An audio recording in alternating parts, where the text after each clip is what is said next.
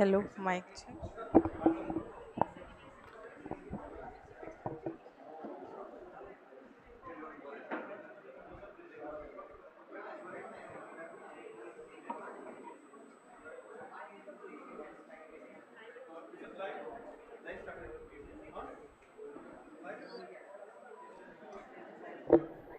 A very warm welcome and a hearty good morning to one and all present here. On behalf of HCL Foundation and CSR Box, I, Dr. Rushas George, and it's an absolute honor to welcome all of you to the HCLTech Grand Pan India Symposiums 2025. We are especially thrilled to be hosting this edition in the beautiful city of Gangtok, a place known not only for its breathtaking landscapes and rich cultural heritage, but also for its deep-rooted sense of community and progressive spirit. It's the perfect setting for a conversation on the inclusive development and social innovation. Today, we are joined by change makers, innovators, and passionate individuals from across the sectors, all committed to creating a meaningful impact. Thank you all for being here and being a part of this important dialogue. To begin the day on a note of pride and unity, I kindly request everyone to please rise for the national anthem.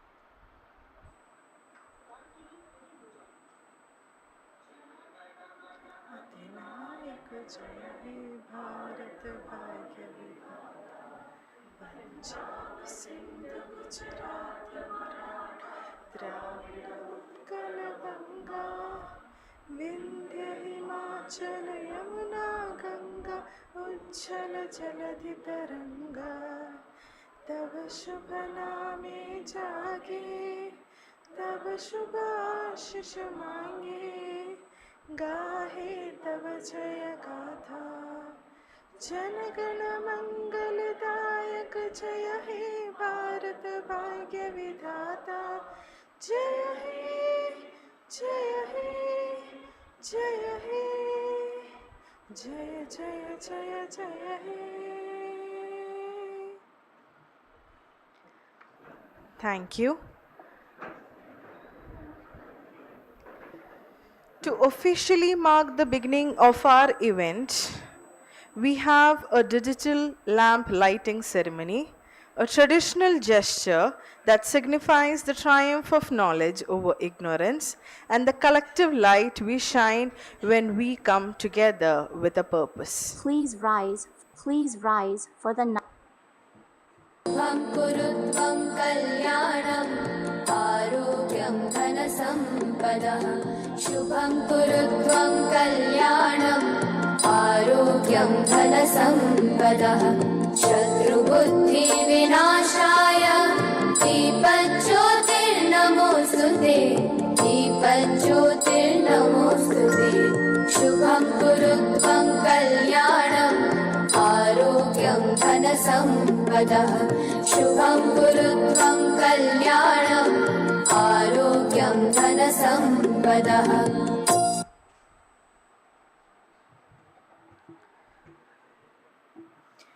To the HCLTech Grand Pan India Symposiums is a flagship initiative by HCL Foundation in collaboration with CSR Box and leading academic institutions. This unique platform brings together NGO experts, government representatives, corporates, and policymakers from across the country to foster dialogue, build regional and sector-specific insights into the CSR, and explore its role in advancing the larger vision of nation building. A special note of appreciation to our esteemed academic partner, Sikkim Manipal University, for their invaluable support in making this initiative a success.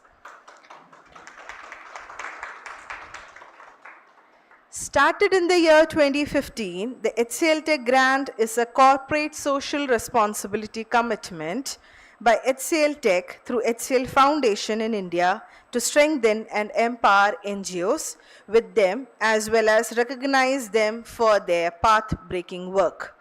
The grant is designed to support breakthrough award-winning projects of NGOs that have a proven record of evident impact, high credibility, and distinct ability to deliver.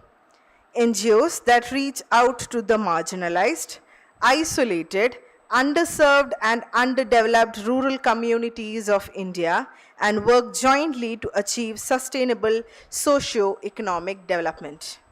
In the glowing testimony of its impact, many projects which started just as an idea are now embedded in the government systems, lending velocity to the change process. We have impacted over 2.2 million lives, reached over 60,899 villages across 168 districts in 22 states and 3 union territories of India. Today, HCLTech grant is a testament of empowering transformation through rural India and empowering the NGOs. I am happy to share with you all that since 2017, HCLTech grant has hosted 60 in-person symposiums covering the length and breadth of the country and 22 e-symposiums during the pandemic, witnessing participation of 34,000 plus NGOs and thousands of people associated with it. This year too, we have the opportunity to meet and host non-profits in and around multiple locations.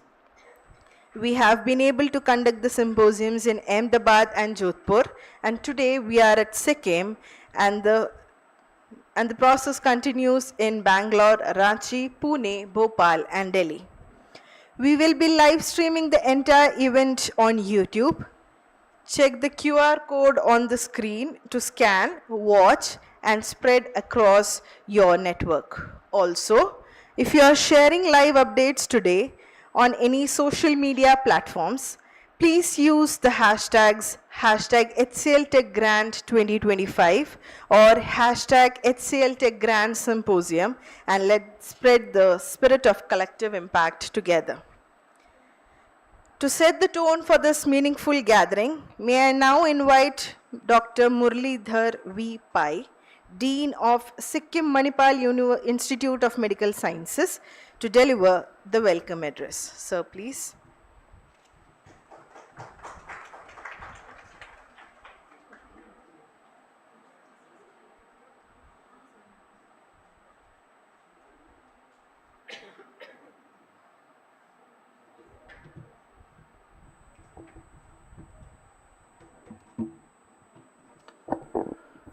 A very good morning to all of you. At the outset, I would like to thank HCL Grant, Mr. Robin, for giving this opportunity to Sikkim Manipal University. This symposium is an effort by HCLTech Grant and CSR Box to bring together NGOs, experts, government, corporates, and policymakers on one platform across India so that they can interact, develop regional as well as sectoral understanding of corporate social responsibility, and deliberate upon how it can contribute towards nation building. This is the 11th consecutive edition of HCLTech Grant. It is corporate social responsibility commitment by HCLTech through the HCL Foundation with a vision to empower and strengthen the NGO ecosystem. Currently focused on identifying path-breaking models of rural development. Launched in 2015, the HCLTech Grant is one of the India's most prestigious CSR initiatives committed to recognizing and supporting innovative, high-impact projects by credible NGOs. With the launch of edition 11, the grant now awards NGOs working in 4 categories. Number 1 is water, number 2 is biodiversity. Number 3 is health and education. Similarly, Manipal also has its own CSR foundation called Manipal Foundation, which has joined hands with Sikkim Manipal University, and we have joined hands with 17,000 feet foundation, and we have helped the educational system across the rural areas of Sikkim. And we have plans to extend our CSR activities in the healthcare system, especially focus on early cancer detection. So it's only just force multiplier that HCL Foundation also is joining hands with Sikkim Manipal University for the larger benefit of the people of Sikkim, especially focusing on the education and healthcare. These are the two areas where Manipal is the leader in the country, and we would like to be the leader across the globe. All of you know already that Manipal has the largest network of beds in the country right now. We have got several universities which is spanned not only in our country but also in the neighboring countries in and around, as well as we have our own university in Antigua, which is closer to USA. Our students, after passing from Antigua, they go across to USA. So it's only a pleasure for us, and it is very natural for us to join hands with such foundations and such initiatives for the larger benefit of our mankind. Thank you so much. Once again, I thank for giving us this opportunity, sir. And I would like to welcome all the corporates, all the NGOs, all the stakeholders, whether it is governmental, non-governmental, to this very important symposium. Please be benefited. I realize that Mr. Robin should have asked us for a bigger classroom. We have a better classroom actually with the LED projection and all that. Even now it is not too late. If you want, we can shift there. It is just one floor up. We have a fantastic lecture hall with the LED projection and all that. But since you have already made a big setup, yeah, you should have actually foreseen this, that the audience will be so enthusiastic and definitely coming here.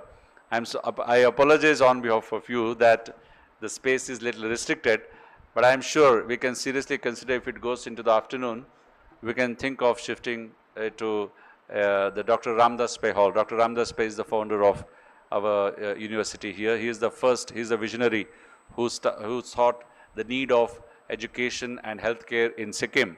As early as 1992, he came down here, and 1995 he signed an MOU. In 1997, we started the Central Referral Hospital and the University, Engineering College, Medical College, everything. Incidentally, I was here in 1997 to start the hospital as former medical superintendent. Now I'm in the capacity of Dean as well as Pro-Vice Chancellor of this university. Thank you so much. Please enjoy.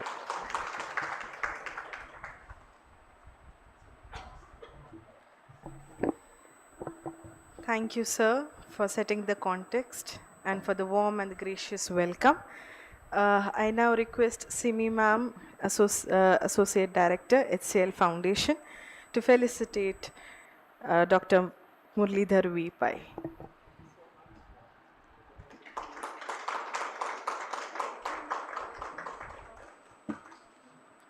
Thank you, sir. Thank you, ma'am. The HCLTech grant, through its unwavering commitment to strengthening the nation's development ecosystem, has emerged as a powerful enabler of transformational change in the areas of environment, health, and education. To illuminate the philosophy behind this initiative and outline the objectives of today's symposium, it's my honor to invite Simi Suri ma'am, Associate Director, HCL Foundation, who has been a driving force behind the Foundation's strategic direction and community impact initiatives, and Mr. Robin Thomas, Associate General Manager, HCLTech Grant, India and Americas, for the keynote address and overview. Over to you, ma'am.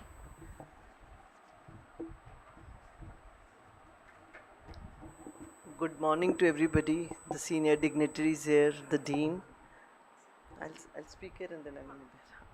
So it's an honor to be here and hosted by you people, and really a beautiful city. While coming, this is my first visit. I really, was appreciating the kind of discipline this city has. We were talking on the way also how the vehicles are moving, that these are difficult terrains, and there is no garbage, no nothing coming from the plains coming to the hills. When you see this kind of a discipline and all that, you really appreciate. The really credit goes to the community out here who collectively are doing this great work and really want to uplift and upkeep their city. So that is a responsibility of everyone, not it is not corporate or any government and all that. I always say ISR. It is individual social responsibility, which I see immensely in this city. So really I see where one should applaud for this. So yes, HCL Technologies has been doing, I will say, has its own morals and values in a big way. Because spending almost 18 years with them, I have seen that it is not that they do it just that, for the sake of doing. There is a personal philanthropy of Mr. Nadar also. It is Shiv Nadar Foundation. And then there is HCL Foundation, HCL Technologies Foundation. So, we don't mix the two, but, they are trying to reach to as many as causes we can.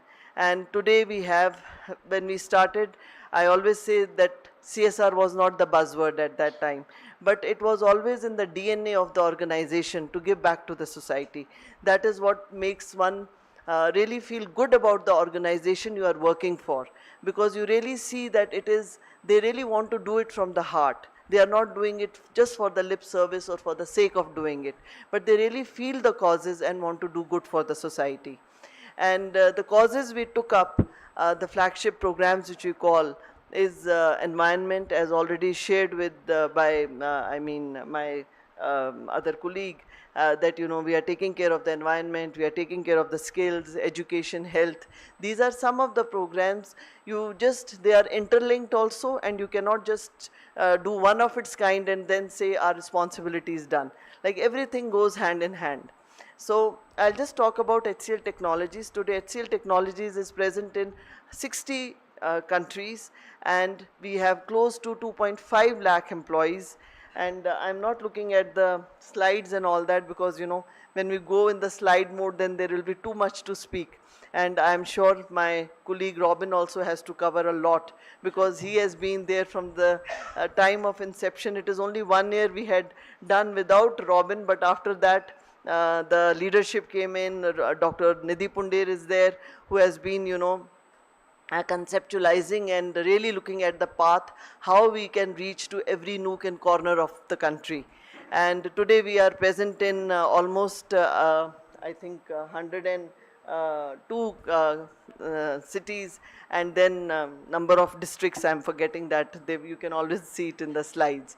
But we are not leaving any stone unturned, whether it is animals, whether it is, wherever we can do whatever is within our means. And wherever government is joining us, it is not that you doing something separately or in silos. We are very much in sync with what government is doing. What are the policies? How we can leverage? How they can reach to the each beneficiary, whosoever needs it. That is what makes us come in a very robust manner, and we feel very proud in whatever we are doing. I will not say we have huge budgets. Budgets might be very small, but the kind of you can say the convergence has happened. That is what makes us feel stand out.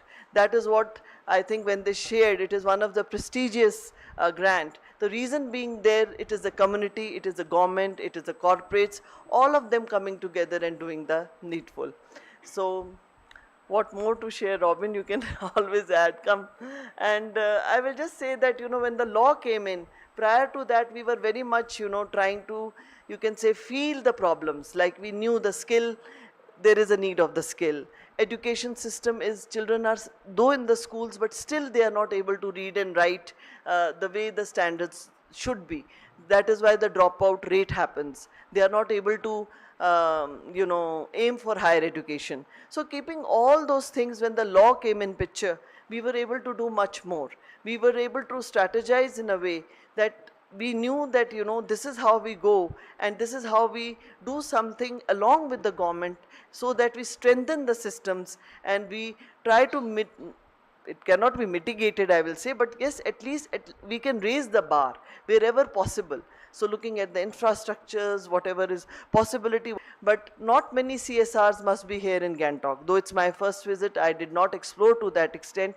But coming to the remotest of the areas also, this already speaks very big about the organization, because they feel, yes, each and every person matters. How we can reach and how we can minimize these problems which are existing there, has been there for since ages. Why not come together and be with those like-minded people, where we can reduce, reuse, recycle.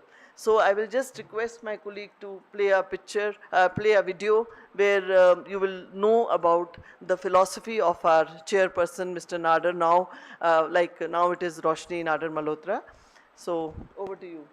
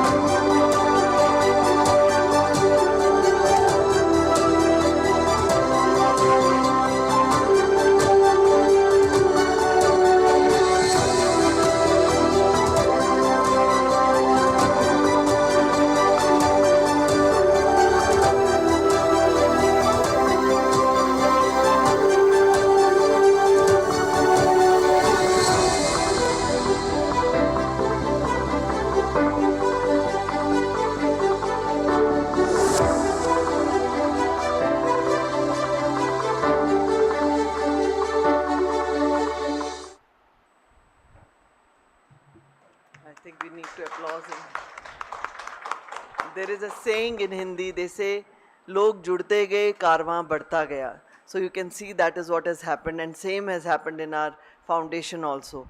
We started with few things, we started with employee engagement, we started seeing the problems around us, because when we enter our beautiful offices, we forget the world outside. We are so glued to our systems and all.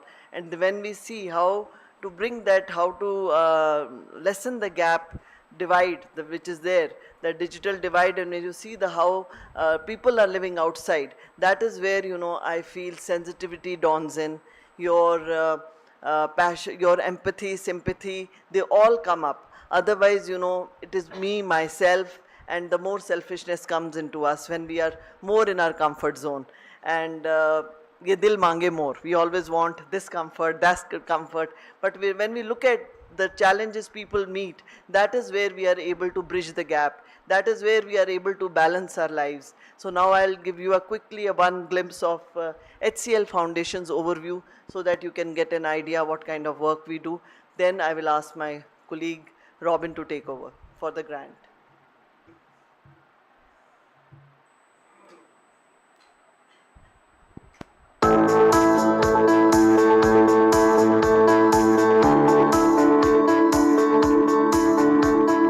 HCL Foundation was established in 2011 to bring positive impact in the lives of underserved communities in urban and rural India.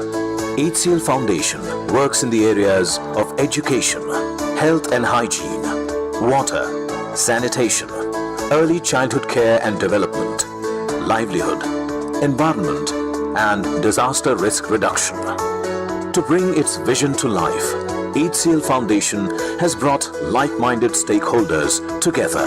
Today, government authorities, corporations, civil society organizations, NGO partners, and HCLTech volunteers collaborate under one umbrella in a robust convergence model to achieve our common goal. HCL Foundation is a story of scale and depth. Over last 10 years, while we scaled immensely across the country, more than 20 states, we also took our programs to a very different depth. HCL Foundation has highly qualified professionals as its team members who represent the development sector. They come on board and they showcase what passion means. Results of our work on water, results of our work on afforestation, they're all stories within themselves from where we can learn and we can scale them up. HCL Foundation has transformed millions of lives through its flagship programs like Samuday, Uday, Harit, My Clean City and HCLTech Grant, and special initiatives like Power of One, HCL Foundation Academy, My eHeart, and Sports for Change. This partnership journey that began with just 25 members today is a proud family of more than 200 partners. Now, the CSR agenda of HCLTech is also spreading its wings globally. We are starting heavily in Americas, we are taking shape in Europe, as well as APAC region. There are miles to go and we have a lot of work to be done before we call it success.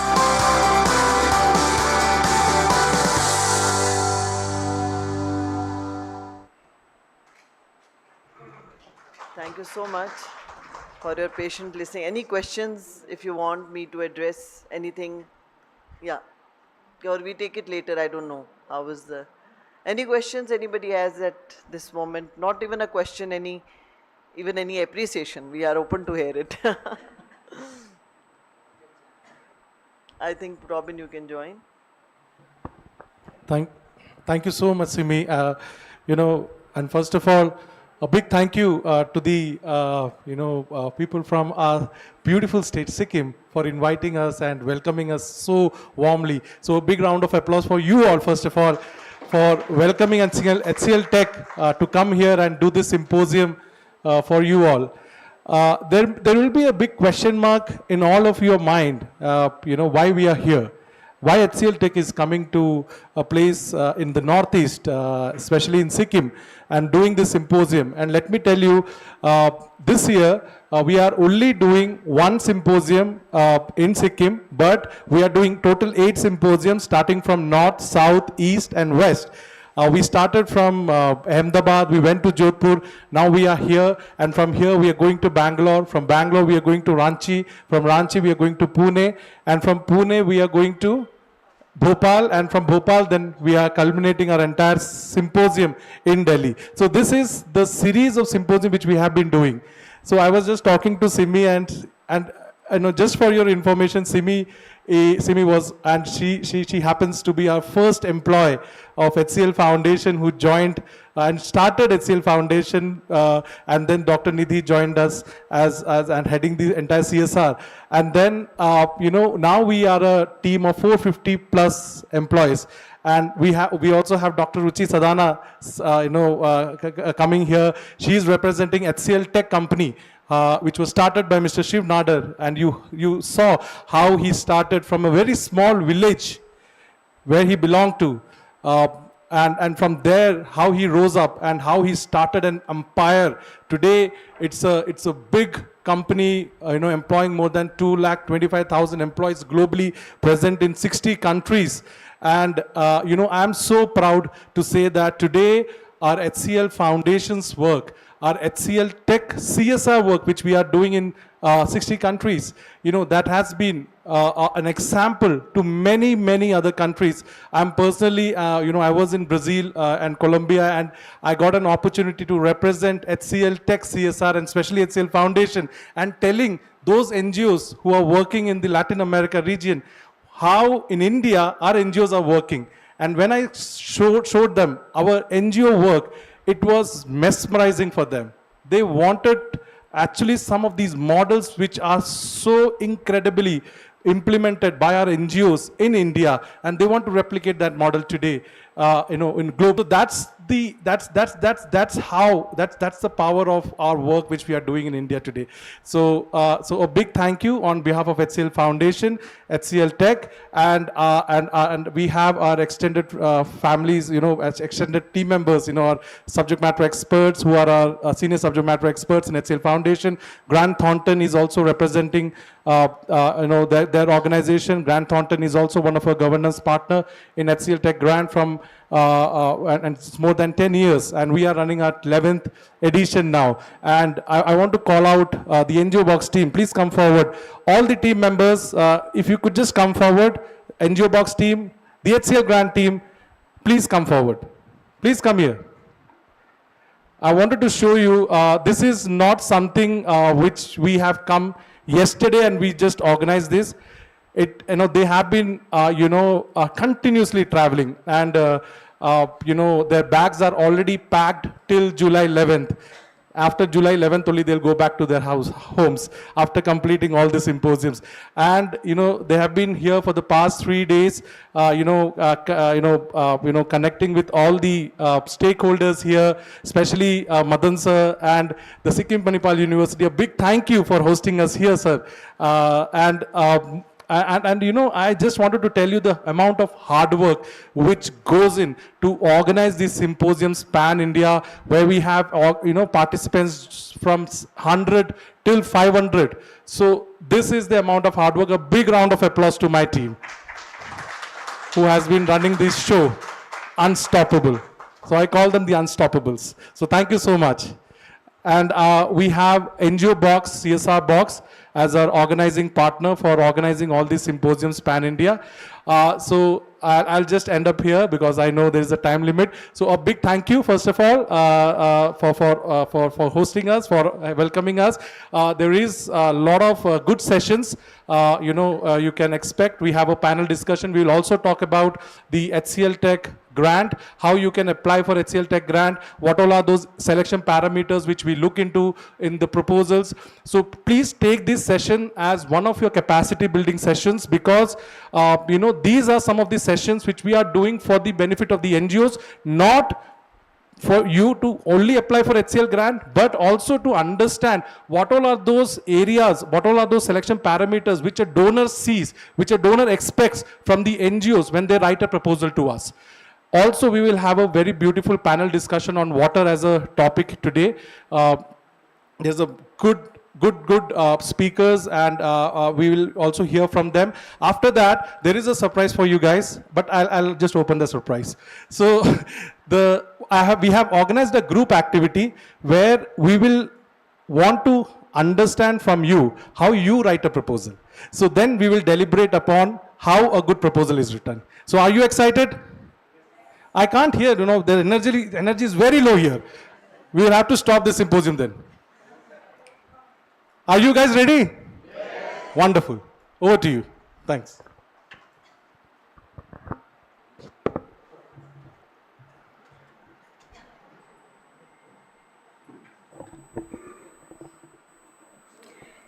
Thank you, Simi ma'am and Robin, for delivering a meaningful and insightful opening to today's symposium. We now move to a crucial session on the HCLTech grant process and experience sharing, featuring a dynamic mix of process insights and real-world impact stories. To lead the session, I now invite Ms. Shaili Kaushal, Deputy Manager, HCLTech Grant, to lead the session. Shaili, over to you.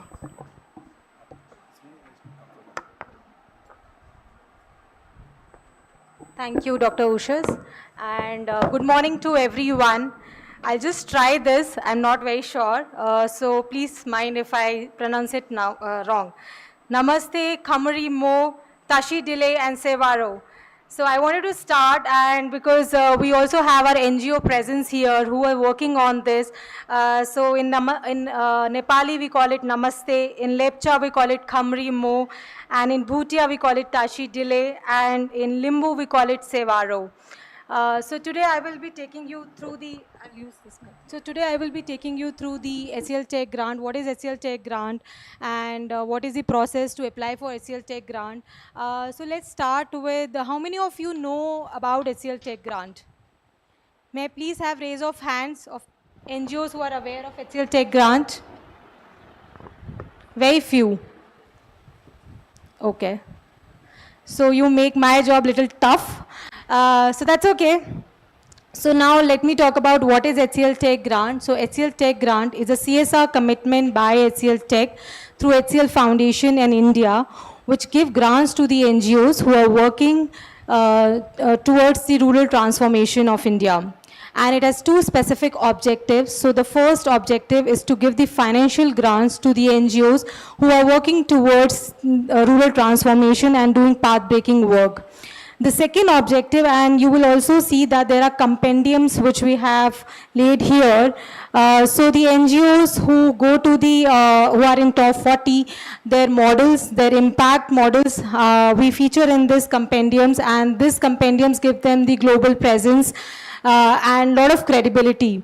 So, a lot of times you apply for HCLTech grant and you do not move to the next stages. So, there is a little bit demotivation, but this compendium, so even if you reach till stage 5 and you are in top 40, your impact models are featured in this compendiums. So moving to the next, and we have a lot of good, exciting news for you all, and this could have been only possible because of the request we have been getting from all these NGOs. And while we do our symposiums, we get a lot of feedbacks and we get a lot of requests.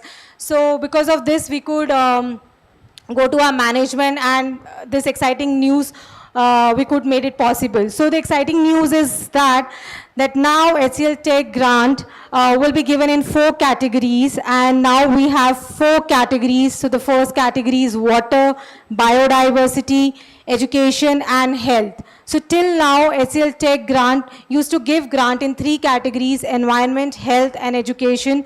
But from edition 11 onwards, it will give grants in 4 categories, which is water, biodiversity, health, and education. Not only this, but our commitment have also increased. So our commitment have increased from 16.5 crore to 24 crore.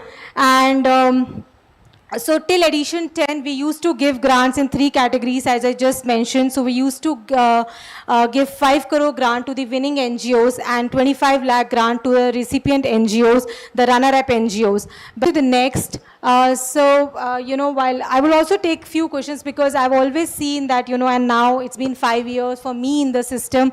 And yes, I would also thank at this point of time Robin, because of him, I would not have been standing here and presenting him. Whatever today I am presenting, whatever I've learned is because of Robin. So thanks, Robin. So these are some of the definitions. Because a lot of times when you apply for HCLTech grant, and today also in the morning you would have seen that in the registration we are asking you to choose the category you wish to apply. Water, biodiversity, health and education. Most of you get very confused that should you apply in education, should you apply in health, because sometimes all these themes are very correlated, they are cross-cutting. So we have tried to put certain definitions of all the categories and try to give you, this is not a comprehensive list, this is just an indicative list specifying the themes and the sub-themes which you can refer while applying for HCLTech grant. And all this information today, what I'm presenting, is there on our website. We are a very transparent organization, so you can find all the information on our website. So moving to the next. So as I just mentioned, that water and biodiversity is something which we have introduced from this year. So I would also encourage you all to please go through the website, read the definitions, and then you apply for HCLTech grant. Yeah, moving to the next. Yeah, now comes the eligibility criteria. I think so in the morning also there are few NGOs who were asking me that, can we apply? So I would just gonna take you quickly through that, what is the HCLTech grant. So the first eligibility criteria is that you need to be a registered non-profit organization, registered under trust, society or Section 8 of the Companies Act, or you should be liable to get CSR funding according to the Section 135 of the Companies Act. The second eligibility criteria is that you need to have your 12A and ATG and the renewal of 12A and ATG certificates in place. The third is that you need to have a functional existence of 5 years, starting from the date of your registration till 31st March 2025. You need to complete 5 years, then only you will be eligible for HCLTech grant. Also, I would like to highlight here is that CSR Form 1. May I have a raise of hands of NGOs who have CSR Form 1? Okay, so there are very few NGOs who have CSR Form 1. So, it's a very important document which you now need to have, not only for HCLTech grant funding, but any sort of funding you wish to apply. So, all your donors will ask you to have this CSR Form 1. So, if you still do not have CSR Form 1, so please apply to Ministry of Corporate Affairs. Please ask your CS to apply for this form. The last but not the least, so it's important that you need to have the average expenditure of 50 lakhs to apply for HCLTech grant. So you need to calculate your preceding 3 years financials, and if it's 50 lakhs, then you are eligible for HCLTech grant. And I also would like to, again, thanks to you because of your request and the feedback. So we used to have 1 crore as an average expenditure eligibility criteria for education and health, but now we have reduced it to 50 lakhs across all the 4 thematic categories. So now in water, biodiversity, health and education, you need to have 50 lakhs as an average expenditure. Moving to the next, so there are certain prerequisites which you need to fulfill while you are applying for HCLTech grant. So these are the few prerequisites. So one thing which I would want to highlight here is that, so I am sure that everyone would have your bylaws. So for example, if you are applying in water or health, so your bylaws should have mention of that theme in your bylaws mention. If that's not there, then of course it will be a problem for you to implement the project in that particular thematic area. So if you wish to apply for health as a thematic area, so your bylaws should have mention of health in your bylaws. Also, since Simi ma'am spoke about the HCL Foundation work, and we are working in urban areas, we are working in rural areas. So when we talk about HCL Tech grant, we are working in rural areas. So NGOs who are working towards the rural transformation. So it's important that, while you are writing your proposal, please keep in mind that HCL Tech grant is for the rural areas. Also, I would like to also highlight here, sometimes we get these proposals which are very infrastructure heavy. So suppose, HCL, and yes, so first of all, let me just also tell you that HCL Tech grant will only give you 5 crores, not more than 5 crores, not less than 5 crores. So it's very important that you have a project which you propose of 5 crore. Of course, you can have proposal which is of 10 crores, 15 crores, where the funding is coming from the other donors. But for HCL, it will be 5 crores. So HCL will only give you 5 crores. So it's important while putting your proposal, because what happens, as I just mentioned, that the runner-up NGO gets 50 lakhs. So most of you put a proposal of 50 lakhs. So if you put a proposal of 50 lakhs, it will be rejected in the stage 1 only. So it's important the proposal has to be of 5 crore or more than 5 crore.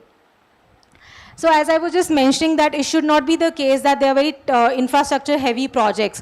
So for example, if HCL is giving you 5 crore, do not put a proposal which have a cost or a budget of 4 crore, which is just on infrastructure. For example, building a hospital or building a school. So, we also encourage NGOs to follow the PPP model wherever you can, work with the governments, and do not, it should be a parallel system, there should not be parallel systems running. There should be a collaborative system which we are working towards. And one and the last thing is sub-granting of funds are not allowed when we talk about HCL Tech grant.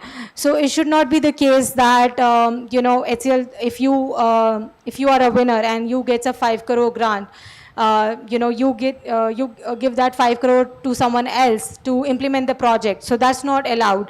So if you are the winner, then you are the one who's also implementing the project. Yes, you can have in certain capacity, you can always have your you can take technical expertise from any of the NGOs, which you can also mention in your proposal. So yeah, these are some of the prerequisites. So now moving to the next is the evaluation process. So HCL Tech grant is a 250 days of process, more than 250 days though. And we have 7-stage selection process. So stage 1 is right now we are in. So our HCL Tech Grant Edition 11 portal is now live, and we are inviting applications. So stage 1 is where we invite applications from NGOs, and it's for pan-India.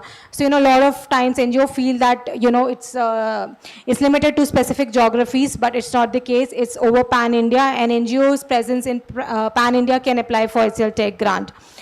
And then the stage 2 is where we evaluate your proposals.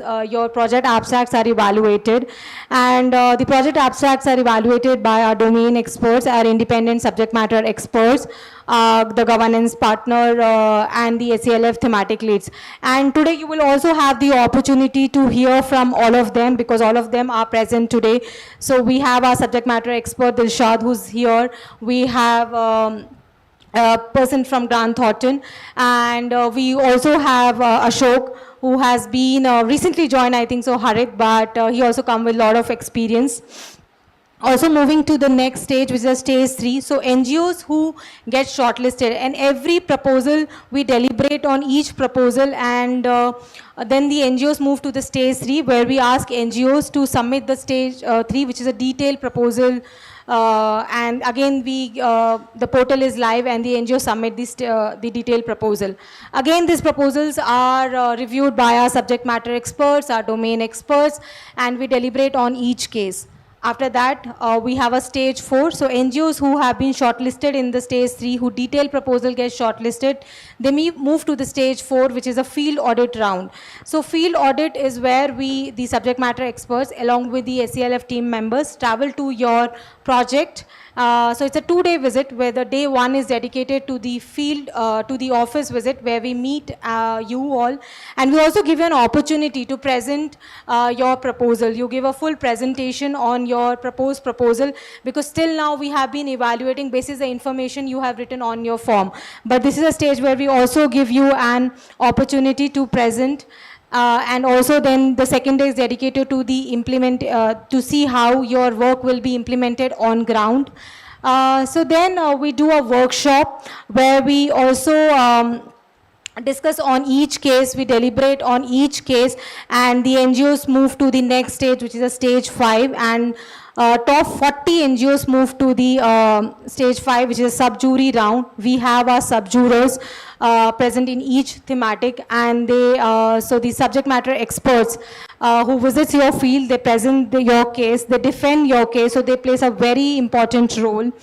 And then the sub-jurors shortlist the top 12 NGOs for the final round, which is a jury round. And then the NGOs move to the stage 6, which is a due diligence round. So the governance partner do the due diligence of your NGOs. They visit your office, they visit your fields, and then they do the due diligence. Also, as part of our process, we also video shoot of all the projects, the proposals which you have. So we also give you an opportunity to talk about, so to make a 2 minutes video, and the professional teams which travel to your project locations, and then they shoot your proposal. So the last round is the jury round.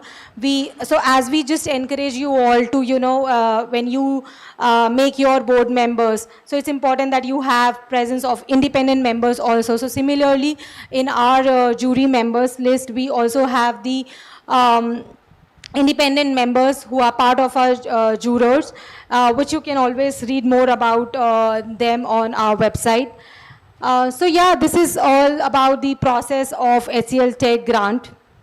I'm happy to take any questions today if you have, because please take this opportunity. 25th of June is the last day to apply for HCLTech grant. So I would encourage all the NGOs to apply on time and submit your applications. So yeah, thank you. So over to you, Ushas.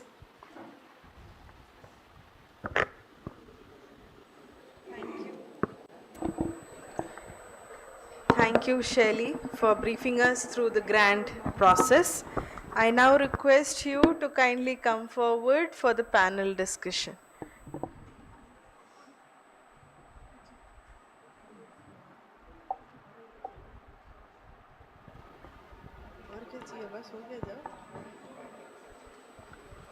Sorry, I just forgot. So yeah, the next session is on experience sharing, and as I was telling you all that today we are fortunate that we have our subject matter expert team from Grant Thornton. We have our winners from Sikkim so today we'll take this opportunity to discuss with them, to deliberate a good discussion with them so that it is useful for you all.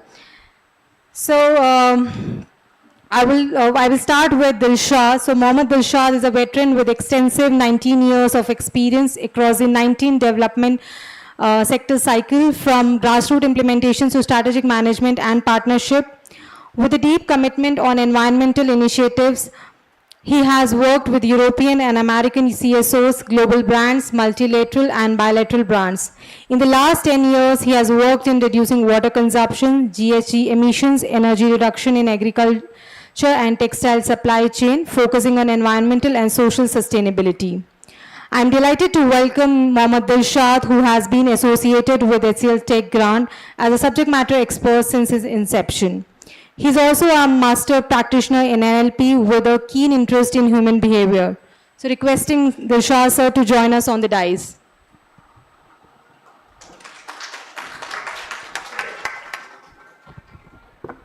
So the next.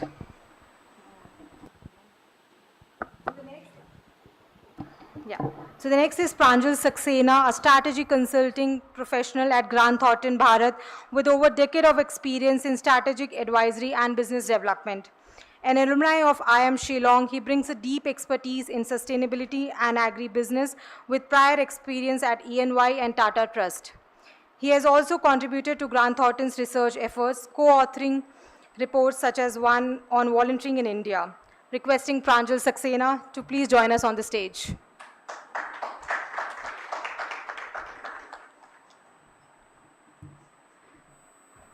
So our next panelist is Simran Tamhane works as an implementation manager at Mekshala Trust, winner of HCLTech Grant Edition 8 under education category. Motivated by a desire to give back to her home state, Simran returned to Sikkim after earning a degree in international relations from England. In her role, she has led implementation efforts and supported teachers through training and resources aimed at improving the quality of education in Sikkim. So, Simran, may I please request you to join us on the stage?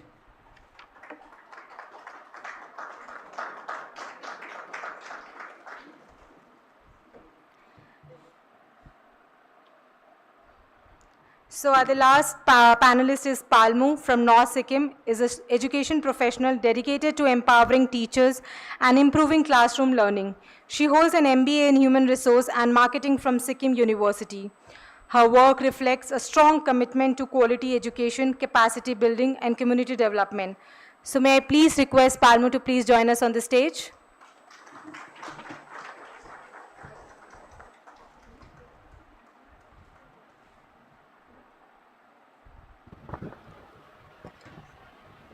Just stand only.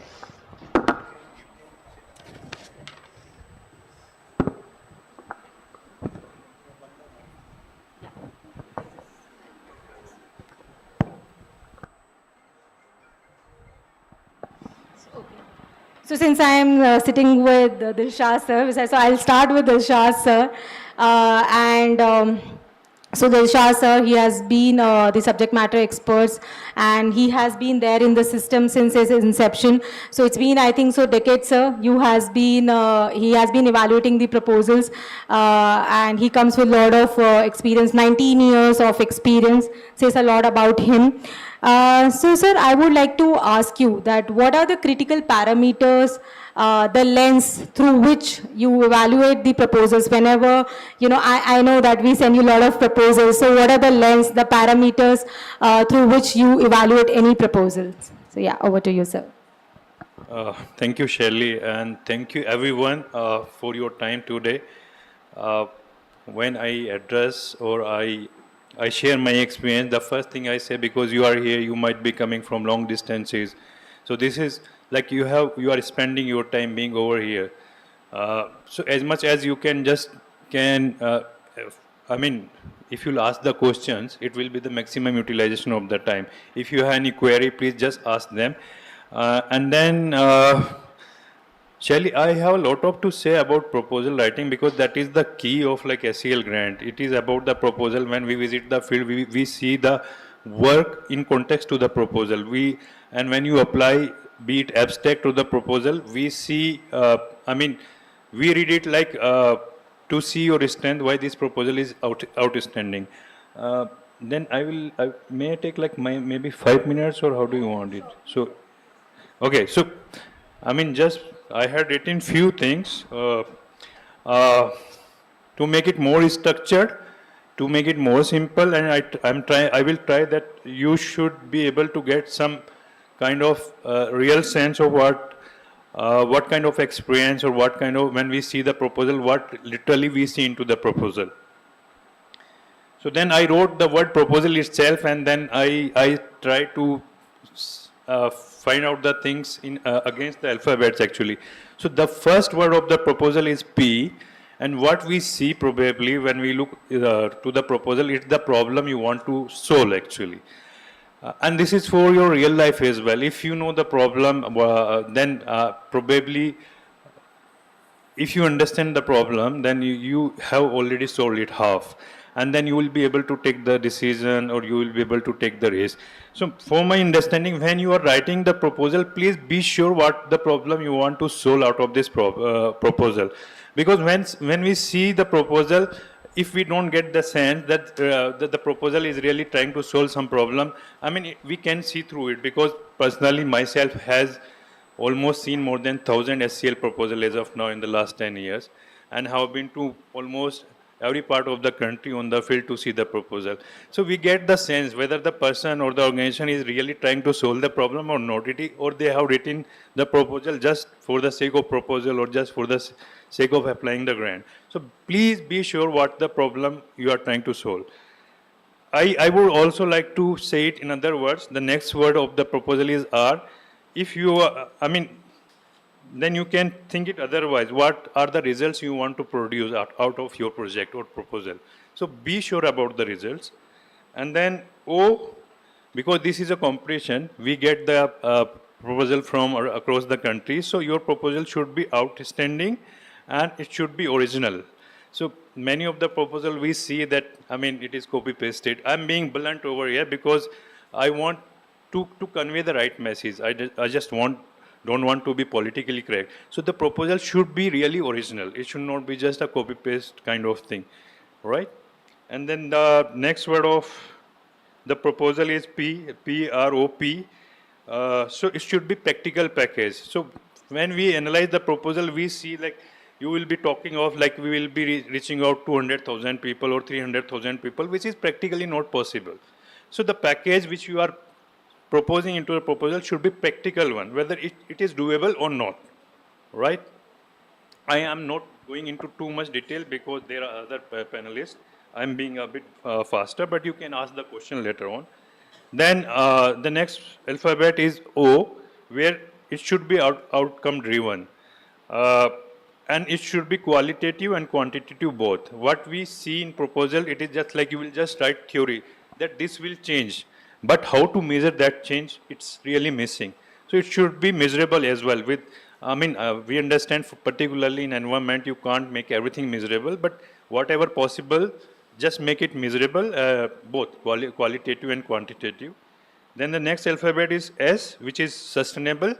So proposal has to say in itself that it is financially sustainable after the project or after 4 years, whether the project can sustain itself. It has to be socially sustainable, right? You should be able to create some community model. Third thing, very crucial thing is we also see from the technical perspective because SCL is a technical organization. So how you are using technology into the proposal. Then the next alphabet is A. Should I stop here? No. Okay. Next alphabet is A, which is absence of uniformity. I see, this is one of the very personal experience I'm sharing with you. When I read the proposal, when I don't see the uniformity, for example, the goal would be saying something else. The activities would be saying something else. The impact would be saying something else. It will miss the interest of the reader. It should be uniform actually. What the goal is saying, the same thing activities should be saying. Or the same thing the impact should be saying. It should not be different thing. Right. Otherwise, see, somebody will not have that much of time. Okay, then I will have to go again in the beginning. We'll have to read it again. Then somewhere you will be at loss. The last alphabet is L, which is like language of the proposal. When I'm saying the language, I'm not saying the English, but it is about the clarity of the language. It is about the preciseness of the language. Some people use just some, they will use some terminology which is very local terminology, which like everybody may not be understanding. So try to make it clear and precise. And final thing, I will talk on budget and other parts maybe later on. So, that is Shelly from my side. Sorry to take a bit of time on this, but I really want, like, if these people are here, we should share as much experience possible. Thank you. Thank you so much, Dilshah sir, and it was important, and the way you, put the proposal definition and you define each word, I think so it says a lot, and I'm sure, after today's symposium, everyone will gonna go home, sit with their teams and write the proposal for HCLTech grant, so this will certainly help them. So moving to our next panelist, and also we do have a slide on the evaluation parameters, which I think so Robin will talk about in the later session. So moving to Pranjul. So Pranjul, in the context of enhancing accountability and transparency, what practical steps would you recommend to NGOs to take to strengthen their good governance? So yeah, over to you. Thank you, Shelly. First of all, very good morning. And thank you for having us here. Before I take Shelly's question, I'll be very brief and very to the point so that we can have more conversations around.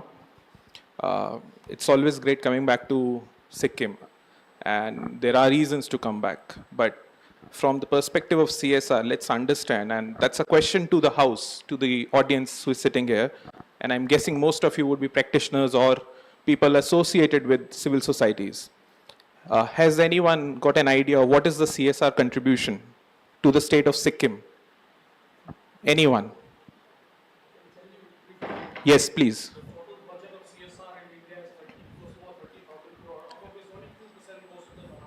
Right. That's less than 600 crore coming to the northeast. Absolutely. And out of that, I think in Sikkim, that's less than 1% of the total 600 crore. That's very, very low, that I can tell you.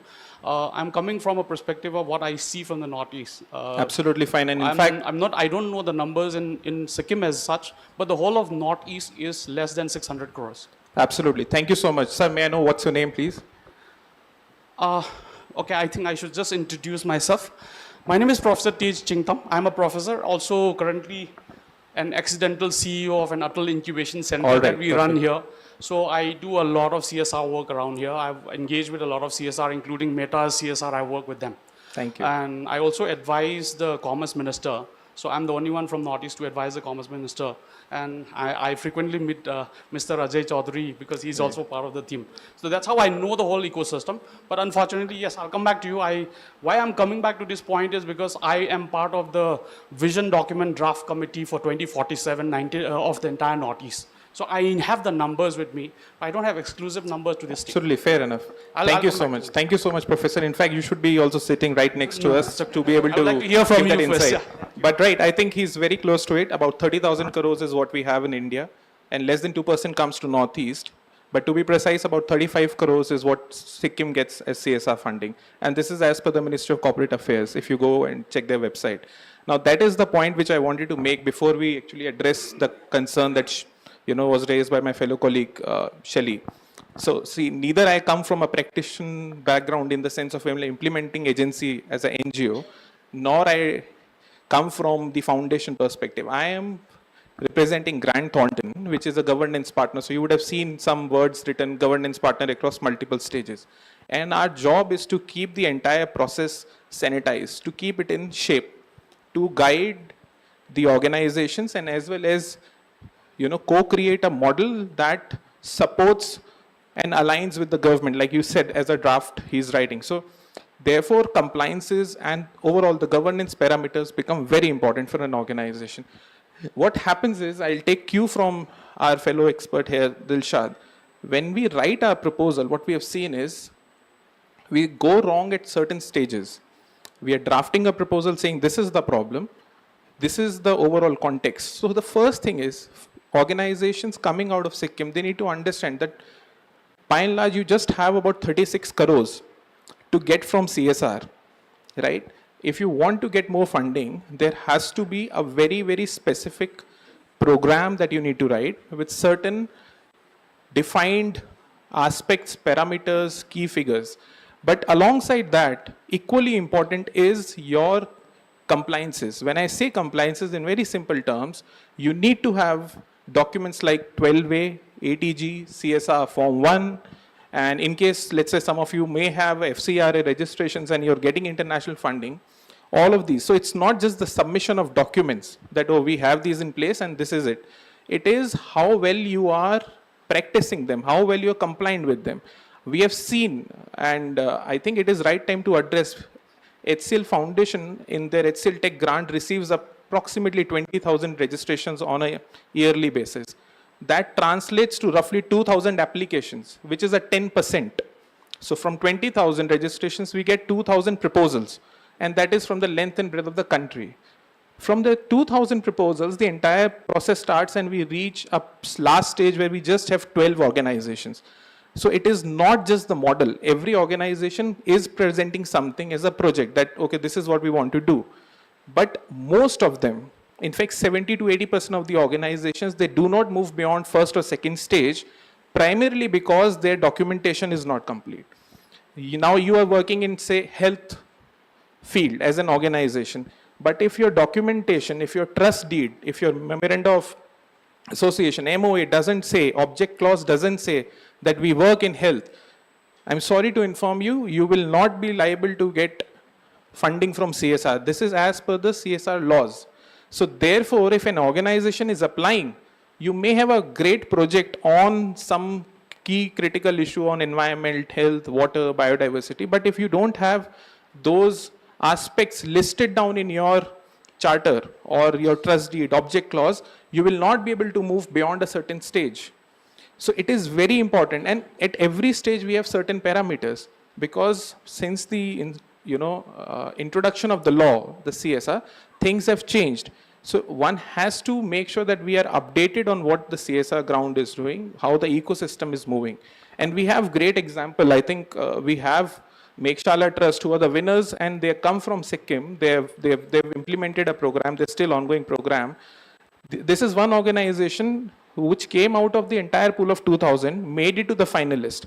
So as much as you want to put a way on how important the key problem is, an equal amount in weightage has to be put on compliances, on paper documentation, on what is important. Your income tax filing needs to be very updated. You can't go wrong with that. Oh, we were delayed by it. It's a grant which is a competitive application model. It is not just a donation. So you have to fight with fellow NGOs, and you're fighting for 5 crore grant with NGOs coming from maybe Mumbai, maybe from Chennai, from Delhi, maybe from Himachal, from all the states. So you can imagine the quantum of this, 20,000 NGOs, only 10% applications come in, and out of that, we get final 10. So at every stage, organizations are moving out. And like Shelly said, like Mohammad Ilshad said, we have to make sure the problem specific and at the same time documentation. We'll be happy to take up questions on these, and I'll be more than happy to take up questions on compliances or governance. We have the experts, we have the practical people, so they can tell you how it functions in terms of the execution part. But anything related to how it needs to be stitched, how it needs to be put up, we'll be more than happy. I think I've addressed what Shelly wanted me to in terms of the softer aspect of the key skills or parameters that you may want to see from governance. There are so many other documents. I think you are all players, you are all stakeholders who work. So it is important to have them updated. We have seen, for example, last year edition, we came across one organization, brilliant model, excellent project that they had, but their MOA in which it says, okay, we do this. It was not revised from 1994. And now in 2024, they applied for a brilliant model, which is the need of the hour. But unfortunately, because it was not updated, they couldn't go ahead after a certain stage. And this is a process where you don't get a second chance because it's a competition at the end of the day. So I'll stop here and I'll be happy to take up questions along with the fellow panelists. Thank you. Thank you so much, Pranjal. And as Pranjal mentioned, that compliance plays a really important role, no matter how good proposals you write, because if you are not compliant, then of course the proposals will not move to the next stages. And today we are also having one more session on good governance, which Ruchi ma'am will be taking us. And moving to the next, the last finalist, I would like to first play the video of Meghshala Trust because they have been the winners and they have applied. And I will ask my question after we see the video. So please, can I have the video?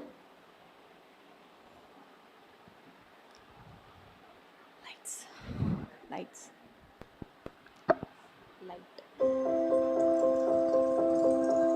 Due to modernization and also since we became part of India in 1975, so since then we believe like there has been more significance given to languages like English, Hindi, like the indigenous languages.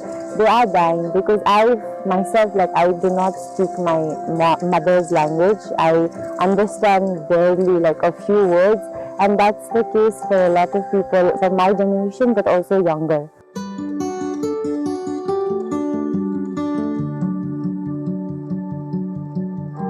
Language encapsulates nuances of the culture, but this mountain state of Northeast India is facing a challenge where the demand of teaching and learning the native languages is decreasing.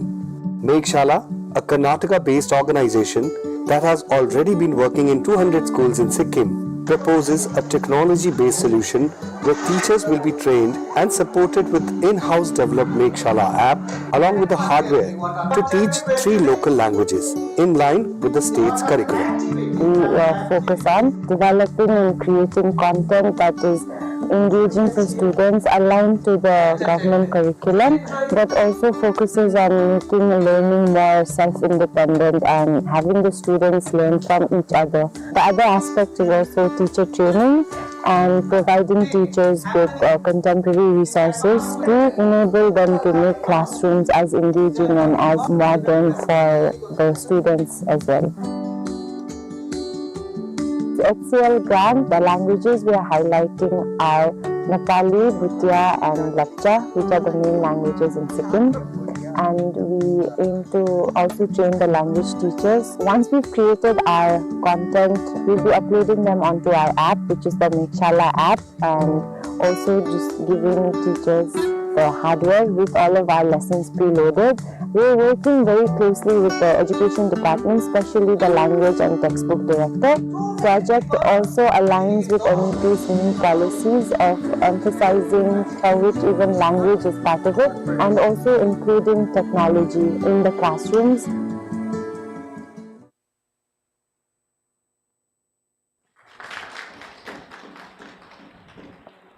So, yeah. So, Simran, I know you are very overwhelmed seeing you yourself. So, my question to Simran and Palmu is that you have been working in different Northeast states also. What makes you or what inspires you to apply for HCLTech grant from Sikkim, and you have proposed this proposal? So I would like you to tell more about your proposal. What have been your journey so far while you were also applying for HCLTech grant and beyond HCLTech grant once you got the winner, announced as a winner? Yeah, over to you.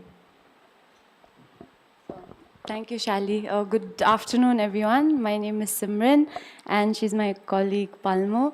So we work for Mekshala Trust. We're a Bangalore-based NGO. However, in Sikkim, we've been active since 2019.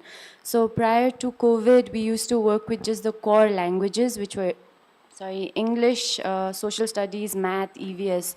So how the language project for the HCLTech grant came about was, it wasn't our idea, but in fact it was the teacher's request. So every time we would go into the classrooms and meet up with schools and principals in a lot of the rural schools that we worked with, the language teachers would keep coming up to us and telling us, like, please make content for our languages as well, because we do not have any resources. So if you see math or English, you can find YouTube videos, you can get resources on Khan Academy, and there are a lot of other online resources that are constantly updated. But when you look at languages, so we have Lepcha, Limbu, Bhutia and Nepali that we work with this project. There we rarely find any resources online that are modern, that are contemporary, that even the students can relate to. And the teachers, in fact, they were the ones who really encouraged us and kept requesting for this project. So that's how the project's idea even started. I think I'd like to say, we did not go looking for the project came and found us. And I think that is why it was also very genuine and it was very personal to us as well, because we are from Sikkim, we've been brought up here, we studied here, we speak the language, we know our culture. So I think it was a very personal and important project for us to do. And I went to our colleagues in Bangalore, and that's when I requested them, like, okay, this is a very good idea. We can, I think, move forward with it. And that's how Jaya, you know Jaya, so that's how she also looked up the HCLTech grant, and we applied for it together. So yeah, and. Okay, thank you, Simran. Good afternoon, everyone. I'm sure everyone is having a nice time. Okay, so thank you for giving us the opportunity to share our experiences. So mostly I go on a field day to day and I visit schools, like mostly two schools per day. If it's nearby, we try to make it a 3 schools per day.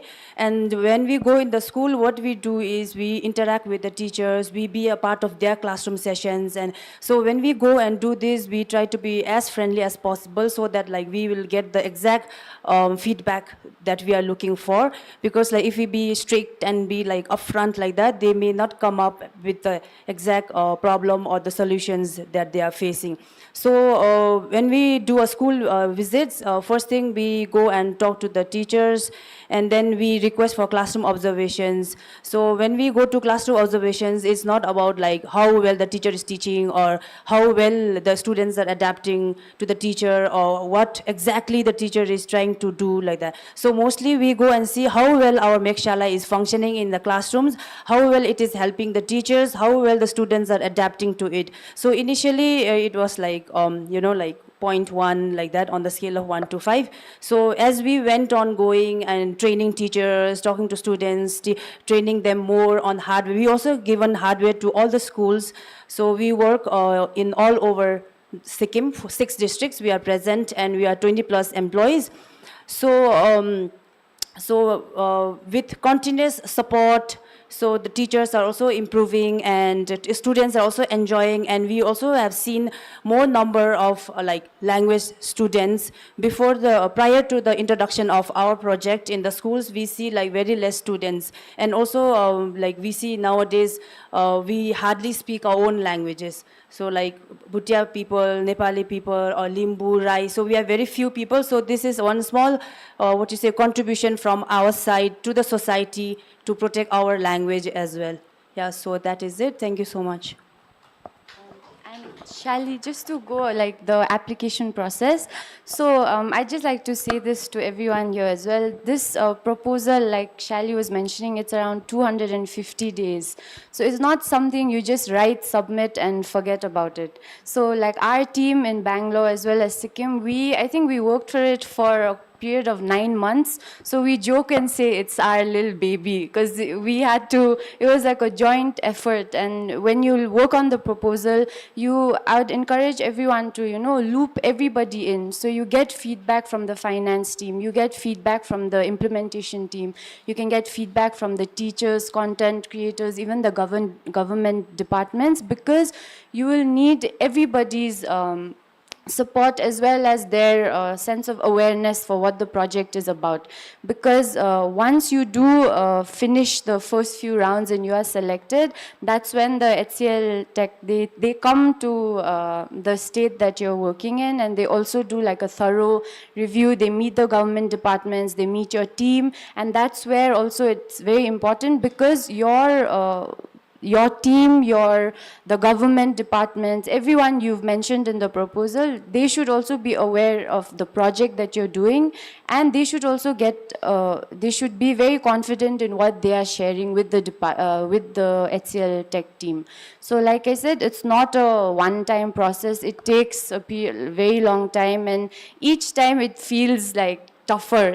It's like actually it can be a very fun competition, because each round you're like, things are getting harder, more challenging, and then there's also the auditing that happens, which can be very stressful. And I would also like to just repeat what Sir here was saying, which is just have all your documents, all your paperwork, everything ready, because you don't want to have applied to this really amazing project and them having considered you and then not be selected just because of one small document or one small mistake. And as much as possible, you'll have to either reapply the next year or miss out on one whole year of the opportunity. So yeah. Sorry for making your job harder as an auditor. That's our role as governance partner. But I'm sure all this experience would have make your organization more credible, more compliant, and which probably a lot of NGOs get demotivated because not everyone gets to the last round and be a winner. But I'm sure when you apply for other donors or reapply for HCLTech grant also, you are more compliant the next year. So yeah, with this, thank you to all our panelists. Yeah, so if you also, yeah. So if anyone of you have any questions from our panelists, so please feel free to ask, and I will just hand it over to Dilshad. He just want to ask some last remarks. Yeah, I mean, remarks regarding don't feel it is like it's too tough, because I mean there have been really many examples where like very small organization, like they were having just minimum turnover criteria, I mean fulfilling the minimum turnover criteria like 50 lakhs or so, and they have gone through the final stage, won the proposal, won the grant. So don't think that, yeah, process is a bit I mean long and maybe tough, but this process also prepares you for other grants, whatever other, I mean, this proposal, once you have gone through this process, if you are not getting ACL grant, for sure you will be getting some other grant as well. So I just wanted to share this. Yeah. Thank you so much, sir. And do we have any questions from the audience to our the panelists? Yes, please. I think I can speak loudly enough, but then I'll just, yeah. My question is, you have your cap ceiling of 5 CR is what your, the thing is for the HCL grant, right? Do you give, once it is in the final round, do you give 5 CR to all, or do you evaluate based on the proposal and realign the amount? Or do you give as it is? Is it a fixed amount, or is it, how do you do that? Right, I think this question is more directed towards HCL, but foundation team, but I can certainly take it. So the winners, they get 5 crores, winners in each category, health, education, now water and biodiversity. So the winners in these 4 categories would get 5 crores. The runner-ups, in no order, whether it is second or third, they will get 50 lakhs for 2 years. That is how the grant is structured. So that's in very nutshell the question. And I'm asking the question back to you. How much of HCL's grants have gone to the Northeast? Northeast, I think that we can very well answer in total numbers, if you can, the number of partners. I think I can tell you from this, maybe, because we have a lot of NGOs, those have been the winners. Certainly one is sitting right next to us, Mekshala. So if I talk about 2017, it was Foundation for Ecology Security, ECS. They were from Nagaland, so they were 5 crore winners. So all these NGOs who are listed, they are 5 crore winners. And there are few who have been 25 lakh recipients, like NIDA, Shishu Saroti, the last year 25 lakh recipient. Yes, so we do have NGOs who have been the winners, the recipients of 25 lakh from Northeast. And every year when we do our symposiums, we do try to come to Northeast, encourage you all, motivate you all to apply for HCLTech grant.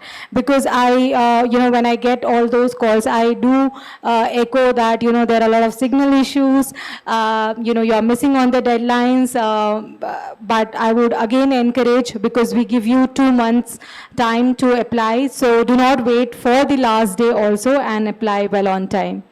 So yeah, with this, we end this session. And anyways, our panelists, okay. So just a last question, because we are also running on time.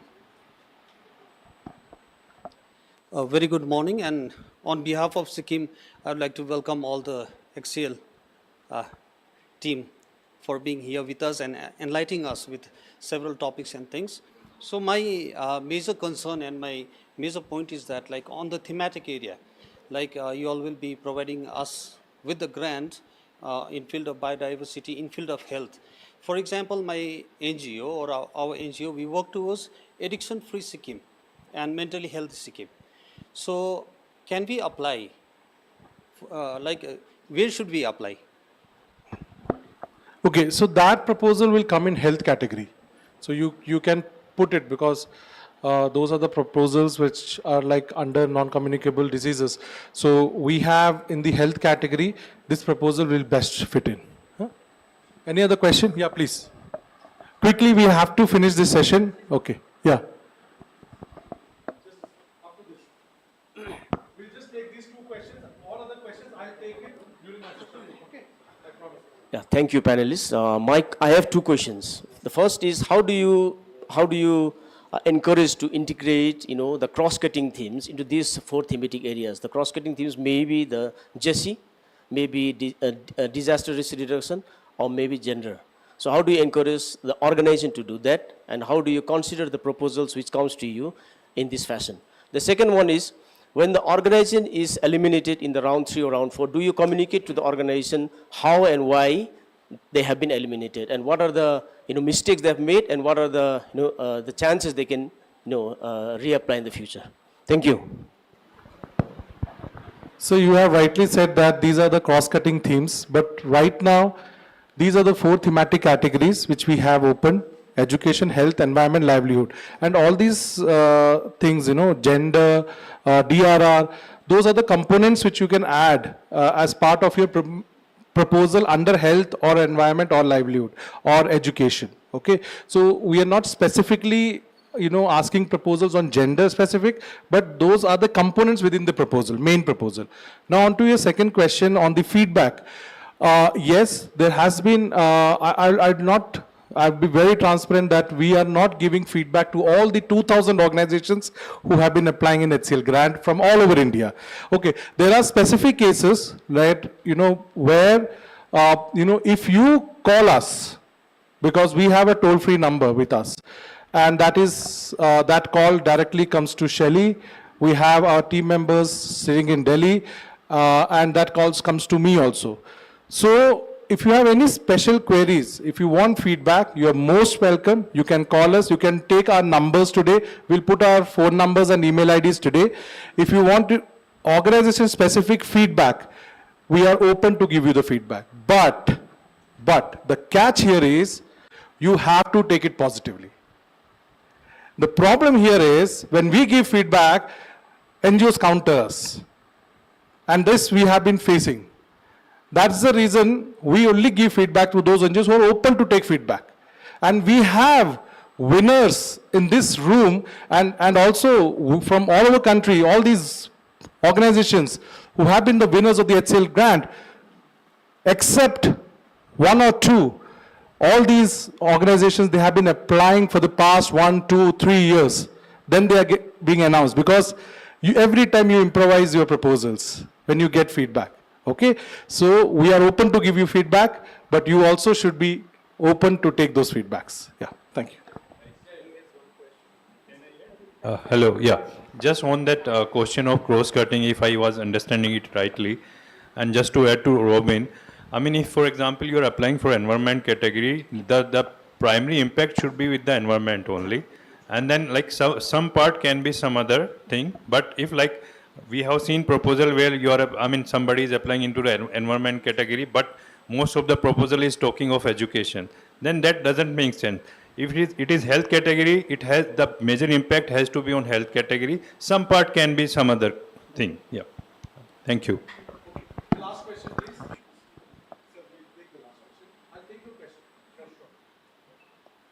Hello. Good morning, everyone. I am from Rotract. Rotract Club of Gangtok is. Rotract is an international NGO. But when I went through the criteria, there was 4 or 5 points that the speaker told us. It should be government registered, right? Rotary International is already government registered. I mean, it's an international organization. But coming to Rotract, on a local level, we are not a state government registered NGO. We do a service on a local level within a state. So we don't have this, government registered document. So is there any alternative for an NGO like us or other NGOs in Sikkim, which are not government registered, but they are working since, from past 10 to 12 years within the state? Is there any alternative? Right. Thank you for your question. Actually, very important question from compliance part. I think for an organization to work, you will have to have some registration. It is a mandate. We can't bypass that. And the reason for that is, once you have a registration, you have other compliances following. So you have 12A, ATG, which are for income tax rebate. So essentially, if organizations do not have a registration, they are doing personal philanthropy. That's going to be only looked at from that lens. And for that, you will not be eligible to apply for a HCLTech grant. Or rather, most of the grants that are available in the ecosystem of CSR, also FCRA. You have to have documentation, otherwise government will not be able to pinpoint and say how and why you're working. You have to show that. Just a cross question. Okay. We are in the room. We can just have a separate discussion. We can meet outside and take your questions. So all our panelists are there with us till the symposium. So don't worry, you can always have this opportunity to ask all the questions. And also, I'll just take, after this thing, I'll just take 5 minutes and just show you the live demo. So I think so all your questions will be taken once you see that live demo of how to apply for HCLTech grant. So yeah, thank you to all the panelists. Over to Dr. Ushas. Thank you, speakers, and Shaili for offering a clear understanding of the grant process. Requesting you to kindly stay back.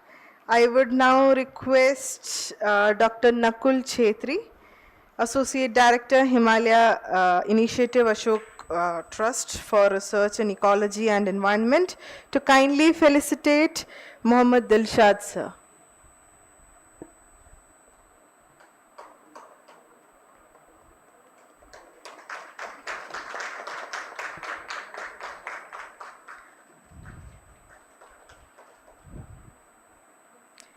I would now request Dr. Ledong Lepcha, Assistant Scientific Officer, Bioinformatics Center, Sikkim State Council of Science and Technology, Sikkim, to kindly felicitate Pranjal Saxena.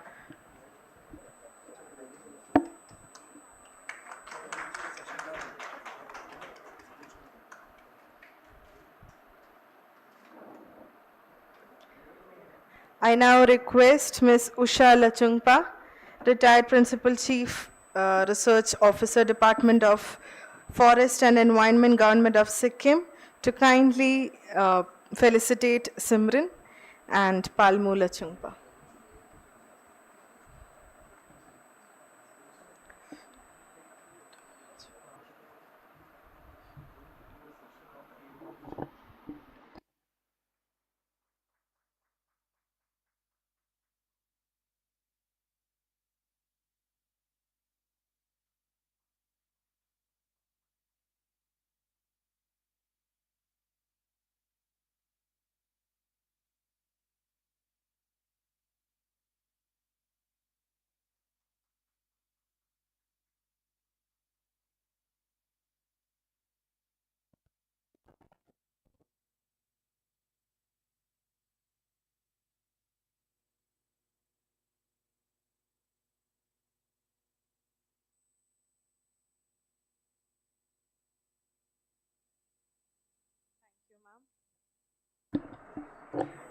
Thank you, ma'am.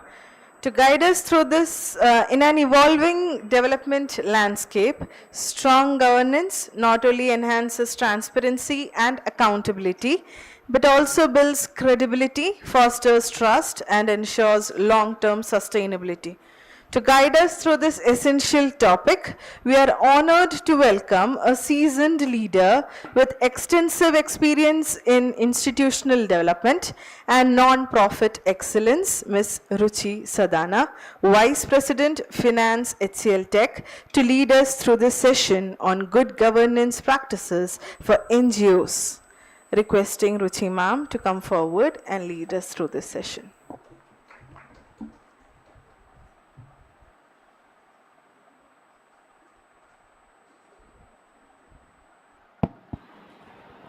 Good morning, everyone. Morning. So Sikkim is the only organic state in India which so is honored to be here, part of this particular program. So good governance is something which is very important, and when we evaluate what these guys have already told you, it's not only at the time of evaluation, even further, when the grant is given, we actually evaluate, keep on evaluating. It's a continuous, auditing is a continuous process, and good governance within NGOs, we are talking here within NGOs, the kind of governance which we look forward to. So we'll go to the next slide. Ishita, you are controlling the slides, or you? Yeah, please. So what is governance? Is the system through which the entities are directed and controlled. Because you all are here, because you may be the trustees of the NGOs, or you may be at a senior position. For your NGOs, you have come here. So you have to ensure that your NGO has a good governance, which is talking about the accountability, supervision, overall direction, effectiveness within your NGO. Because how strong the NGO would be inside, that would be visible in the impact it is creating for the society. So it is very important that governance and good governance should be, is there in your DNA. We'll go to the next slide. So these are few of the elements of the good governance.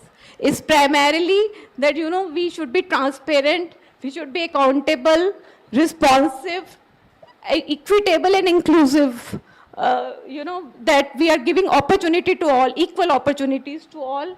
We are efficient, effective, we follow the rules, very important. When we are talking about compliances, we are following all the rules of the government, of various states, everything. Then we should be participatory. It should not be one man governing all. It should not be one man show. It should be participatory culture within the organization. That only makes an organization as a good governed organization. And we should be consensus oriented. It should not be one man show. It's not that my way is the only way. So it should be participative and concession based. We'll go to the next slide. So these are some of the documents which are to be submitted after you get the grant. After you get the grant, then we generally ask for the registration certificate, CSR certificate, PAN copy, 12A, ATG, trust deed, bank account. These are the one-time submission. And then every time we give the quarterly grant. We don't give, suppose 5 crore is there, it's for 3 years. So it will not be given immediately. It will be given on the quarterly basis so that you keep on spending, we keep on giving you. So what we get... Can I just add one thing? 5 years? No. I'll just add one thing. This is for the for all the NGOs sitting here. What Ruchi is presenting right now. Because since she has been auditing all the NGOs, I think from the inception of our HCL Foundation and for HCLTech also, these are the points which other organizations, other CSR companies are also following. This is for all. This is for all. And this is as per the mandate by the government. So these points are very important for your finance team, for your program team. So whatever Ruchi is saying, please take notes. We have given you notepads. Please take notes, and all these presentations we'll putting it on the website also. Thanks. So we generally, every quarter before, 15 days before the grant or before the sponsorship, whenever you are taking the money, these all recurring submissions are required, that quarterly financial reports. So we have given last quarter how you have used that within this quarter. Then, the program reports are also there, which is generally, that is vetted by the people who are associated from HCL Foundation to your organization. So they will be monitoring what you are doing. So that also quarterly basis we have to submit. Then, declaration of the key managerial persons, lawsuits, non-affiliation to political parties. We don't encourage all these things primarily. And, prior approval to unbudgeted. So generally, when we create any kind of proposal, we have to create a budget. But since we are creating a budget for 3 years and all, there can always be some kind of changes in that budget. So we are not stopping you, but at the same time, you should take a prior approval that, this is unbudgeted, I'm reducing it here and I'm going to increase it here. So take that unbudgeted approval prior to spend. So that also should be there. So in the next quarter, if you want to incur something which was not budgeted and you want to reduce something, please take the prior approval when you are submitting the quarterly proposal. And then, utilization certificate as on 31st March. From the chartered accountant, that is the must thing, and salary details of the employees which are deployed for that project. So that all has to be submitted on the quarterly basis. We'll move to the next slide. So this is something that we cover when we do the NGO audits. And whether you become the runner-up, whether you become the grant, you finalist, or you get the grant, or even if you are not part of HCL grant, you are part of any of our other Harit, or we have got multiple Uday, Samudaya, there are a lot of other things are there. So every NGO whom we are sponsoring, this is the audit which we do. So we check your budget versus actual expenses, and then we compliance to the MOU requirement. Then funds and the cost are recorded in the transparent So primarily, you know, how, suppose you generally have one person or two people, I mean few people in the organization who are into the various projects. They are not managing only HCL Foundation. So you have to do that cost division, some basis should be there, everything should be documented. So some kind of basis should be there. You have one office and that office is being used for 5 projects, 10 projects. So divide the cost, whether on the amount of the grant you are getting in a year or amount of spend. Some basis should be there and that should be documented. So all these things should be visible. Expenses are, you know, supported. The proper support should be there in the expenses. So generally we avoid anything which is, you know, so we do the expenditure audit also, and sometimes we see, please ensure that don't engage with any kind of vendors where you have any kind of affiliation. Like, you know, trustee has, one of the trustee has another firm which you want to take as a vendor, those things become very, very negative. Because we have the means and we use multiple tools to find out that, you know, this is something is not happening right. So if we observe that, we may have to break that in between and we have to stop. So please ensure that we don't get into any such kind of, you know, events, we don't get into any such kind of affiliations where our own relatives are our vendor or our own, so that just to increase the bill. So please don't get into any of such things. We immediately stop. Even if you are a recipient of 5 crore, after 1 crore, the project will be stopped.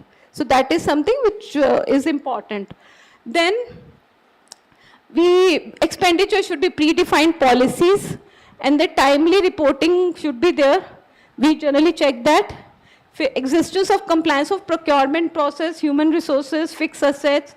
So though we generally prefer it not to be investment heavy projects, but even then some assets are required, like fixed assets, like laptops and all. So we do give that, but at the same time we should have some kind of mechanism to number that, and so that, you know, there is a tracking of the assets. Then we have segregation of duty between journal body and the senior management responsible for the implementation of the project. It should not be one-man show. And then statutory and applicable law requirement is something which we check regularly. We'll go to the next slide. So this is the kind of audit checklist. We have been very transparent, telling you well in advance that what we check, so that you people can make sure that whatever, it's not that, you know, we are hiding what we are auditing. We are telling you well in advance what we audit. So these are the areas like trust deed bylaws, like Panjul said, that, you know, it should match. It should not be you are in health and health is not there in your MOU. So it should not be like that. And then, you know, you have the statutory compliance, which we have given TDS, PF, ESI. Please ensure that we are complying to the law. Because anything, if we are not doing now, unnecessarily, it will delay the grant. So suppose you want 15 days before, you want your grant on 1st July. You submit the document on 15 June. Half of your documents are not complete. We'll send it back to finance. Finance will send back to program team. Program team will send it back to you, right? And by the time you do the honor, the 1st July would have gone. So you will have the delay in getting the funds, because after that you will start submitting. So please don't submit half cooked data. Please submit the complete data just for you to get the grant in time. Otherwise the things will get delayed. Then NGOs 12A ATG, which we have already said. Then organization policies. Some of these are the organization policies which we encourage NGOs to have it. Like your POSCO, your POSH, all these policies should be there in the organization, HR policy and, you know, delegation of authority, whistleblower policy. This should be there. If you need any help for drafting those policies, or you want some other reference of those policies, that may be shared by foundation team, but it should not be that you don't have anything. You know, generally we have been dealing with the small NGOs also who may not have all these things, but you should have policies. You can copy paste, you know, change, modify as per your organization, but you should have all these policies. So this gives the organized structure to the NGO. After that, we financial management, we do all these things that, correct accounting should be there, because all these things are very well caught. When we read when we go through your proposals, we go through your financial, all these things are very easily caught. That, your prior period expenses are booked in the correct expense heads. Ensure that, you have a separate cost center within your books for the separate projects. It should not be that, everything is being booked at one place and we don't even know that how much is actually for this project and how much is for the other project. So that should not be the case. Then, expenses, ensure that expenses made by organization is only used for HCLF project. From whatever you are getting, it should not be, because that's something which we go through your balance sheet. We try to see the vouchers also. So we come to know, okay, this is something which we never sponsored. This particular activity we did not sponsor, that we are able to point out very easily. Then, whatever we have paid, invoices, that should have the stamp of paid, so that you are not using it again. And then organization has incurred expenses as per the budget. Validate bank reconciliations. Your bank account and bank reconciliations should be absolutely okay. You should not have any kind of entries there, which may, where we may have, there is any doubt is raised. There's something not happening right. Then you have we generally try to get the direct bank confirmation and from the banks and balance confirmation. Then segregation of duty within finance. It's not the same person who is approving, making payment, everything. If you are doing that, you should have some kind of check. Because of the low number of people in finance, you may have the same person, but at the same time, you must have some duplicate check or some check where, it should not be one-man show. Because, these kind of one-man show within finance give the possibility of frauds also. So it may be difficult for you also to control if you have one man handling the entire finance. And then grant should not be passed on to third party. That we have already discussed. I think it has been shown. We'll go to the next slide. Then your salary register, salary slips and all are there. We generally have our auditors visiting, and they may ask your employees also about the salaries and all. So it's not that you are showing X and you are paying X minus Y. It should not be the case. Because if we get to know any such kind of things happening, the trust goes. So that is something important. No cash payment more than 10,000, very, very important. We will not allow that. If it is any cash payment more than 10,000, that will not be considered, because that's not allowed by income tax. So that will not be considered as part of the whatever expenses you are incurring. Please ensure that. And whatever we have, I think more than 50 lakh grants, we have to have a separate bank account for NGO, for HCL Foundation project. So you have to create that, because I think from here, grant, minimum we pay 50 lakh and maximum is 5 crores. So we have to have the separate bank account for that grant. And then governance is that NGO should not be politically motivated or affiliated.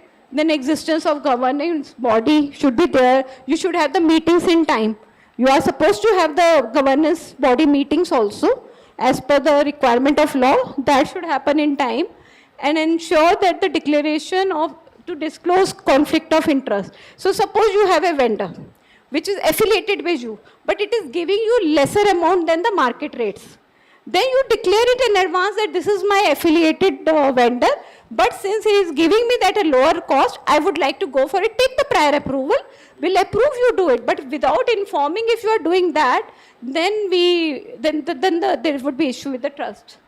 Then rest is all your timely submission of quarterly utilization, maintenance of proper fixed asset register is primarily for our whatever sponsorship we are doing.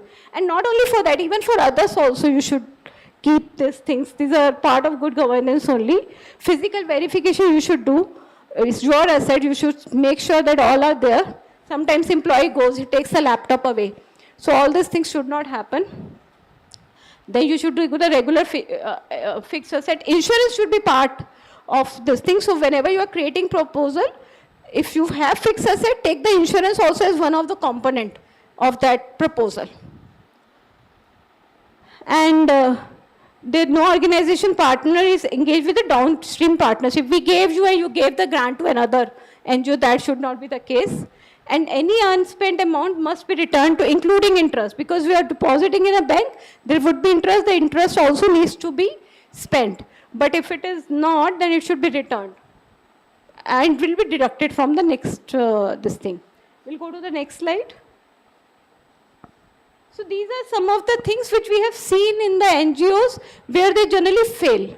So these are the scope of improvements which we have found by doing the audit in multiple years. These are the primary areas where you have where NGOs have the issues, where we find out the issues. So procurement documentation is generally not there. So generally you should invite for the 3 courts and all, and that process is not followed properly. So there's a scope of improvement there. Then payment should not be transferred to HCL dedicated amount to your own account. So you have, for our grant, you have opened a bank account. But then, you are transferring from that account to your common account and then using it. That should not be the case. We allow it only if there are common salaried employees. Only for that amount you can transfer, but not anything else. Because generally salary account is one in the organization, so only that portion can be transferred, the rest should not be. Then invoices should be paid, stamped, and it should be reviewed with the evidences. These are the areas where we find the gaps. Then expenses should be routed through the dedicated cost center for HCL Foundation. And over-underutilization should be prior approved, should have the prior approval. Then bank transfer online should not be authorized by single signatory. We generally prefer that there should be two signatories in the organization for any kind of payments, because if it becomes a single signatory, then sometimes it becomes a one-man show. So avoid that. And then, we should have the compliance of MOU. Every time, sometimes, you get affiliated, any of your trustee get affiliated with the political party and they don't inform, but we come to know. So then it becomes bad. And timely finding of ESI, PF, TDS, all these things is important. Here also we see misses happening, so this is an important area. And tagging of assets with unique code, which should start with HCLF. So that numbering should be there. Okay, we'll go to the next slide. That was all from my, any questions you have, I'm there to answer. Yeah, please. Okay, any questions from the NGO side, please? Yeah. What is the depreciation rate did you apply on this, on your asset if you buy, or is this is a grant, do you apply depreciation? So depreciation is applied as per the normal Companies Act and all only. Oh. So zero depreciation cannot be possible. No, zero depreciation is never there, sir. What is the depreciation rate which we take generally? 30%. No, but how can it be 0% depreciation? Suppose you are taking a laptop. You can't have the zero depreciation in the after 3 years the value will go down. So you can't afford to have the zero.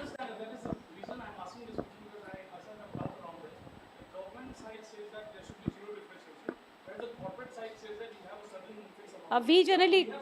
So I'll tell you the basic difference there would be. If you're buying this phone, for example, right now, next time same model would be at a different cost. So difference between the two would be considered as a depreciation. Yeah.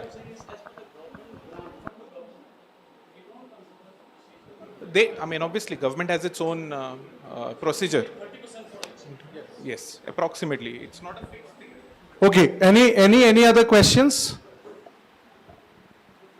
Any other questions? Audience have understood it very well. Everything was in black and white. So. Yes.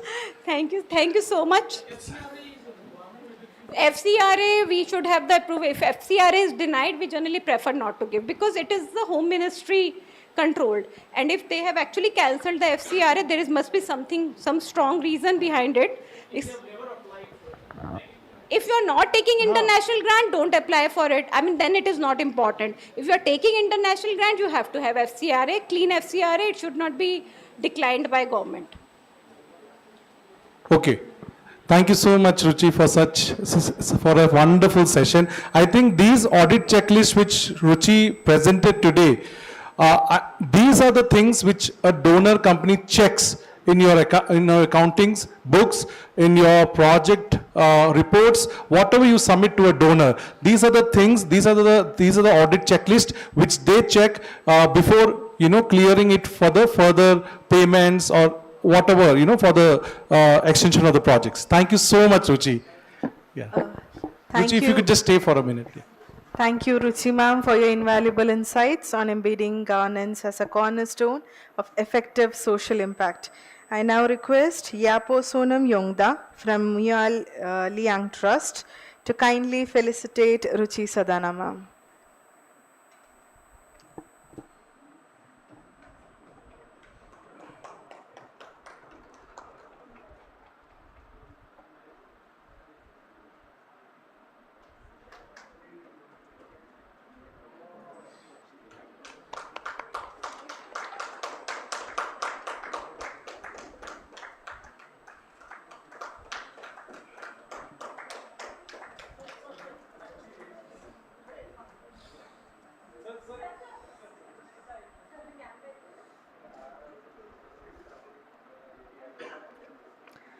Thank you, sir. Thank you, ma'am.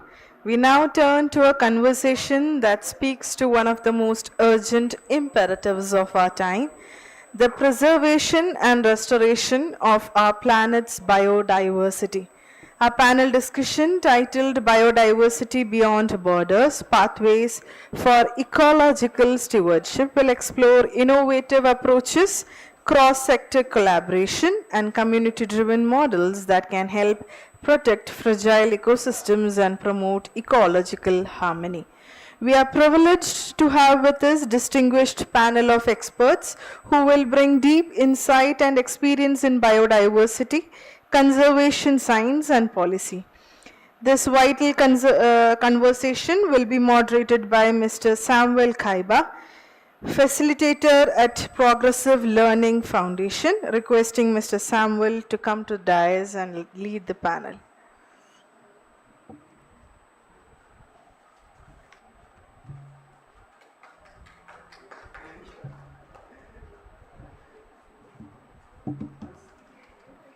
I'm seeing that Sikkim people don't welcome people. Huh? I say, तालियां बजाओ यार.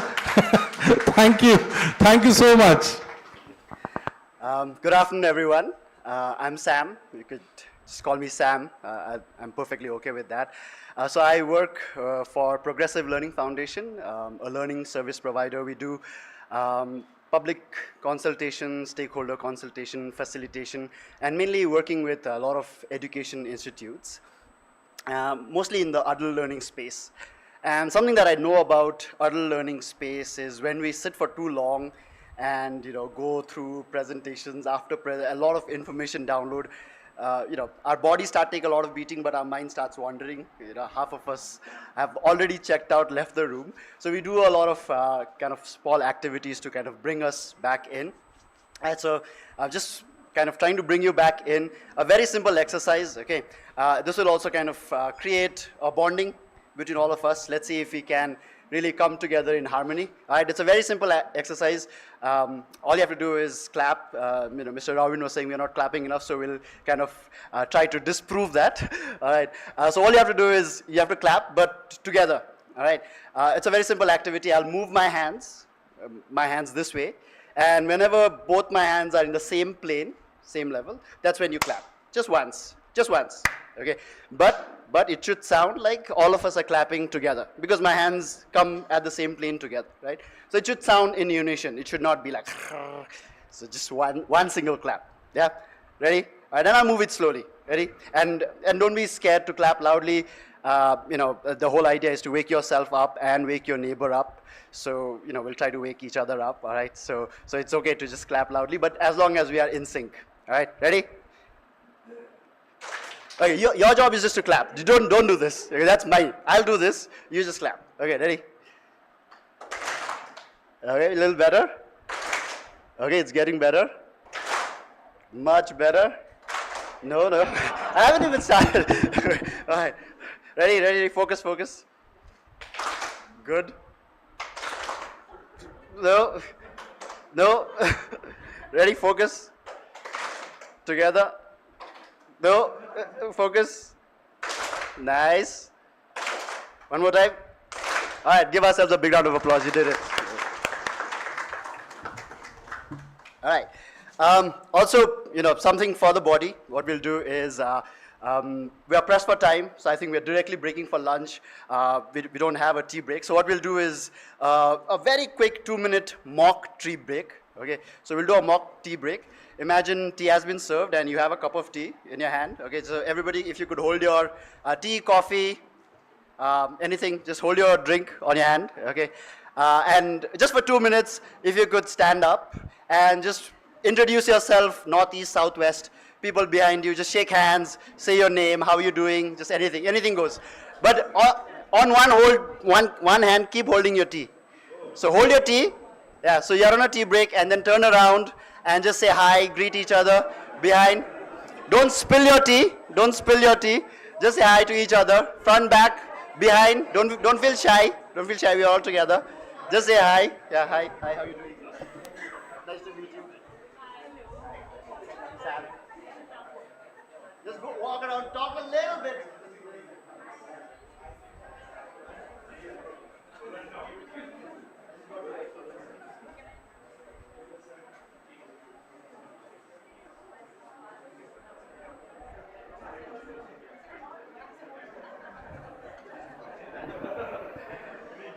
All right, thank you very much. You may sit down if you're done. Thank you. Yeah, give yourself a big round of applause.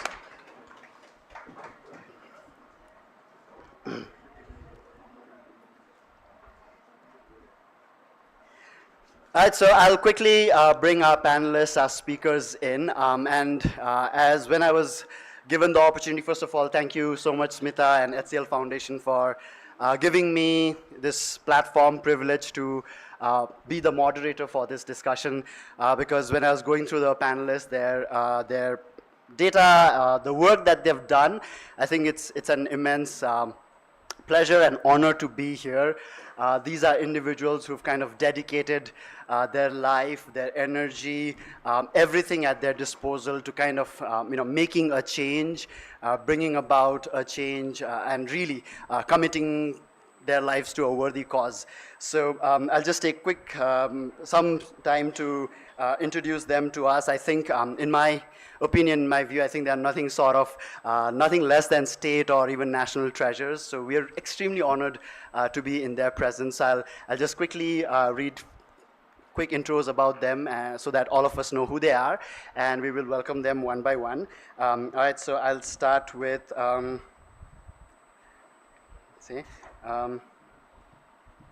Mr. Ashok Bishwal, who is the manager of Harit HCL Foundation. He is a distinguished leader in conservation and ecological restoration. With a career dedicated to safeguarding our national heritage, Mr. Ashok has expertly bridged science and policy, transforming research into impactful strategies for habitat restoration, biodiversity conservation, and climate resilience. His work spans across landscapes from central, eastern, northeastern India, where he has spearheaded a lot of field expeditions, spatial planning, capacity building initiatives for governments and even communities.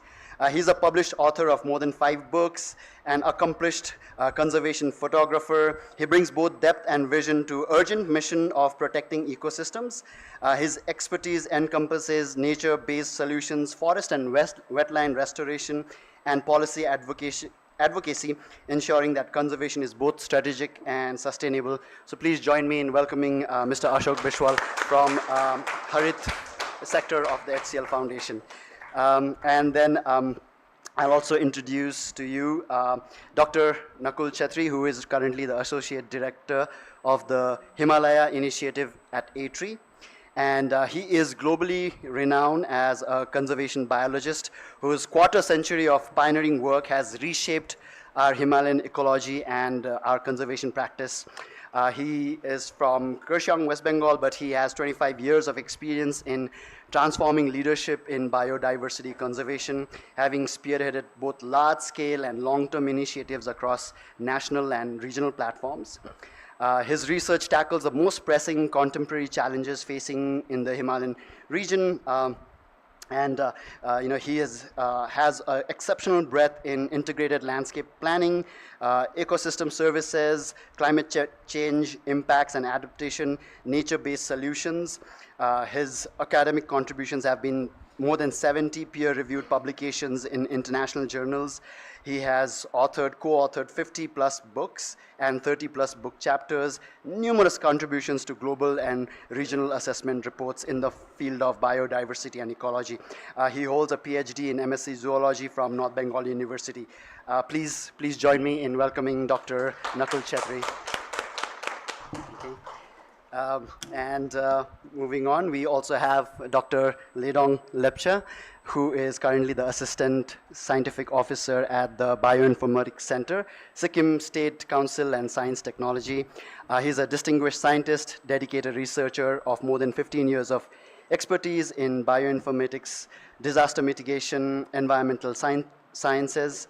Dr. Lepcha has made significant contributions through more than 15 research publications in prestigious national and international journals. His work spans critical areas such as drug designing, genomics, proteomics, bioengineering, and landslide mitigation using plant species, demonstrating his multidisciplinary impact. He's also a recipient of the E-Northeast India Award of 2023 and the Best Research Paper Award at an international conference hosted by the Calcutta University. Dr. Lepcha combines scientific rigor and commitment to sustainable solutions.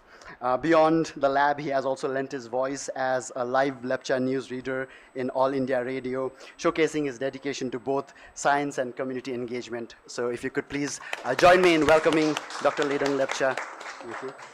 And last but not the least, we have our very own Mrs. Usha Lachungpa, who is the retired Principal Chief Research Officer, Department of Forest and Environment, Government of Sikkim, pioneering conservation biologist whose 4-decade-long dedication has profoundly shaped wildlife research and protection in Sikkim.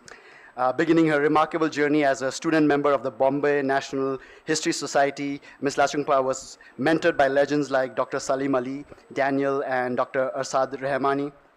She made history in 1889-90 by becoming the first woman and first non-forester to top the rigorous postgraduate diploma in advanced wildlife management at Wildlife Institute of India, blazing a trail for future generations of conservationists. A naturalist in the true sense, Ms. Lachungpa has dedicated over 30 years of distinguished service with the Sikkim Forest Environment and Wildlife Management Department, where her groundbreaking research has expanded known avian diversity, adding new species to the Salim Ali's seminal birds of Sikkim. She has also co-authored important bird areas of Sikkim, and she's a founding member of 2 prominent conservation NGOs here. So, Ms. Usha Lachungpa, please. Okay. One more time, if we could just, probably I could request all of us to stand up and give them a standing ovation for the work that they've done. If you could just quickly stand and give them a big round of applause. Okay. Yes, thank you so much. Thank you, everyone. Please be seated.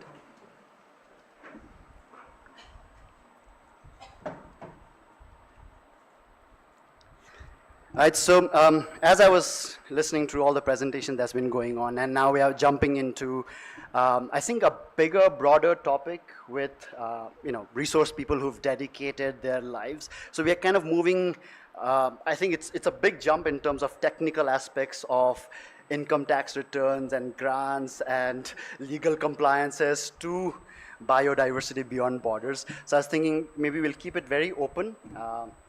And as I was looking across, so we have I think, a very diverse, different range, maybe an even intergenerational range of audience today. So as I look across, we have designers, we have architects, we have even football coaches, educators, really very mixed audience. So I think just a very general question for all of us to dive in before we get into specifics. In terms of just, engaging with our natural habitat, biodiversity, the work that the 4 of you have, dedicated your lives to. At this stage, what should we, mostly entrepreneurs, a new generation arising, what should we be aware of?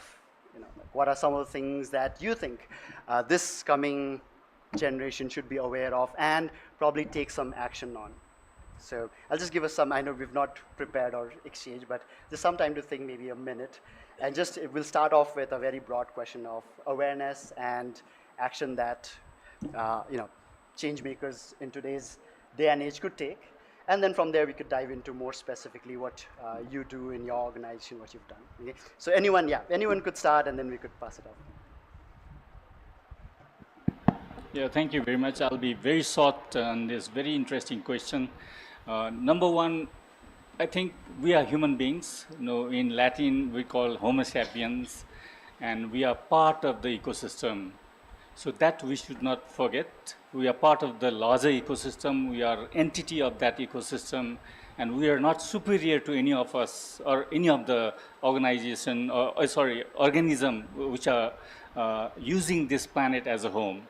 So that thinking must reiterate in our mind that we are part of the system, we are not superior to it, and we must, for our next generation, contribute to make this planet better. So that's my message. Thank you.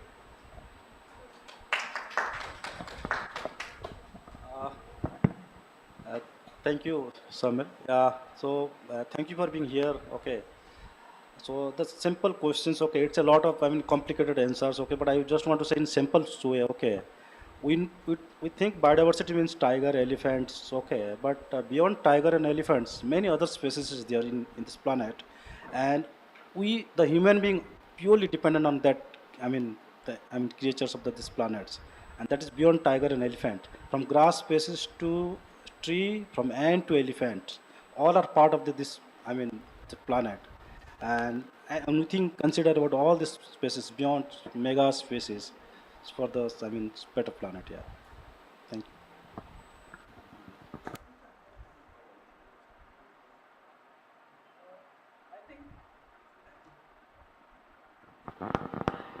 We, especially if you see here, most of us are from the Himalayan region or the surroundings. So, and a lot of young people.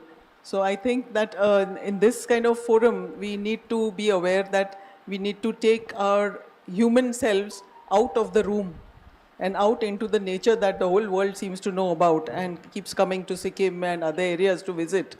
But we ourselves often have not traveled in our own state, and we are not aware of the rich biodiversity that we are living amidst, which is responsible for feeding us, clothing us, and keeping us alive.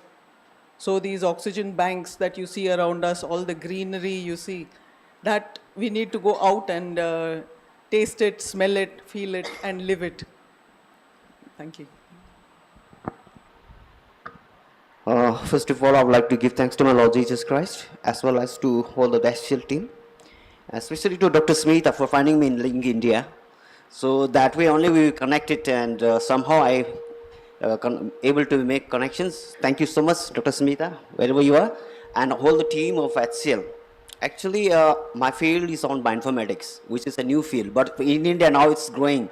So I was listening to some of the presenters out here, and I came to find that two Qs they were talking about, that is quantitatives and qualitatives. Now I want to add something, okay?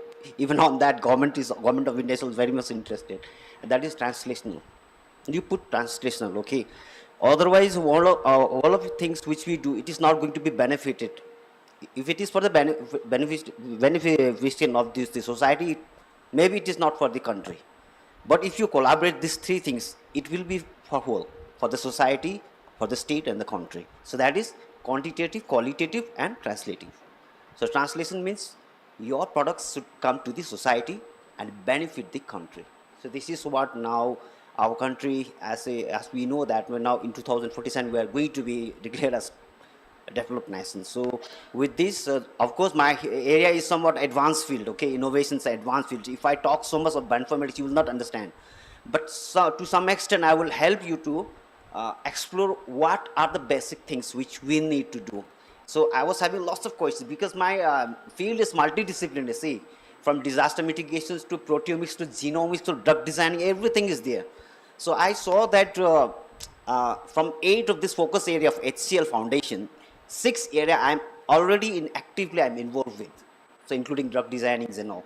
So these things are there. Anyway, thank you so much for giving me this opportunity. Time issues. Thank you. Yep. Let's give them, all of them, a big round of applause. One more time. Let's give them a big round of applause. I think lunch is getting to us. Right, so we'll now dive into a little bit specific questions in terms of what you do in your organization, and maybe amongst us there are young entrepreneurs who want to start something around biodiversity, which is this new change, that a new extension of the HCL grant. So we'll start with Mr. Ashok Bishwal, who is the manager of the Harit division of the HCL Foundation. So just broad questions of how is HCL Foundation integrating ecological stewardship into its CSR programs. How are we connected in terms of anything, in terms of rural, urban context, because I think here in Sikkim we have both of those.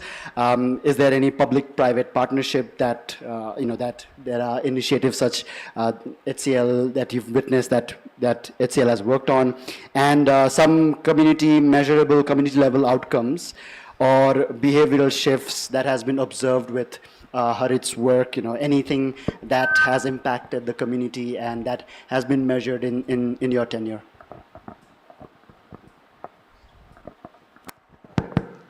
Thank you. So HCL Foundation actually trying to do a nature positive environment all over India. Okay, not only in all over India, even beyond India also, in Americas also. So HCL Foundation is running a flagship programs called Harit. It's a green initiative. And within that programs, we are working in the pan-India level. And within that program, we are restoring and protecting and educating people also for the environment benefit. And another program HCL Foundation is doing, the HCLTech climate action programs in America. So we are supporting for the beyond India also for the better climate and better environment areas. And one more thing, we have multiple programs. Beyond environment, like Samudayas, like Udaya, like HCLTech grants also, okay. So within that program, in every component, the environment and the biodiversity is integrated there. So in that way, we are integrating our ecological contribution to the planet Earth. And this part of the second questions, I think, public-private partnerships. Without public and private partnership, we can't do anything. Suppose I'm giving one example. Recently, we are supporting in the coastal areas in Gulf of Mannar in Tamil Nadu. Okay, and there the Gulf of Mannar is very risky. The status of the coastals and the coastal biodiversity is there because of ships, because of fishing and all these things. And with the help of government and with the help of the fisher communities, we are protecting their coral reefs and the wild aquatic species. And without public and private partners, we can't do such kind of work, such kind of difficult work in that landscapes, because the fishermen, they don't care about the aquatic species, they don't care about the coral reef, but the government, the public, they are bound to protect their areas. So in that way, HCL Foundation is coming towards to educating fishermen, to educating local communities, okay, and with the help of that government, we are doing a tremendous work there. And measurable. So, we are talking about measurable impact. So anything Harit has done in terms of measurable impact? So in measurable impact, I can say, so when we are working with the communities, okay, the community, they don't much aware about the biodiversity, they much aware of the species level informations, okay. So I'm giving one example. HCL Foundation is giving a lot of support for the, communities, people of the Rajasthan areas. One more example I'm giving there, okay. Rajasthan, I know many people know about the Rajasthan and the qualities of the landscape there. The qualities, the purely water stress regions, the Rajasthan is, okay. And when HCL Foundation started supporting in that landscape, in one district, I'll say Karoli, in that Karoli is famous for the dacoit. Dacoit, the robbers actually. And And they are becoming robbers because they don't have, livelihood resources for their daily needs. When HCL Foundations came with the local agencies, we tried to restore their water bodies. Okay. And not only restore their water bodies, we also enhance their biodiversity, the local biodiversities. And when the people got to know about their water resources, when they develop their water resources, they, stop their, the Dacoit kind of activities like robbing activities. And now they are acting as a conservationist. They are acting as a protector of their landscape. And they, stopped, acting crime. And because of this, these activities, they are now able to cultivate in their local land, getting proper, livelihood, other opportunities. So these are the, things we can measure broadly. Yeah. All right, thank you so much, Mr. Ashok. Let's give him a big round of applause as well. Okay.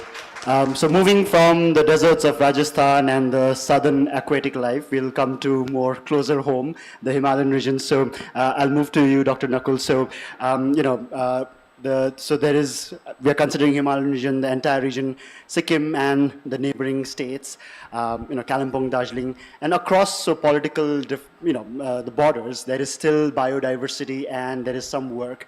So just anything that you could speak on that. In terms of here, what work you've seen or local communities play, or the role of local communities influencing the regional ecological policy despite the political border and differences, and anything that you have encountered like a successful partnership, anything that has gone beyond borders, that has worked out, or just work at A3 and in your role. Thank you, sir. Thank you. Let me make this interaction a little bit interesting. I'll tell you a story, my story. I started my research scholarship with GB Pant.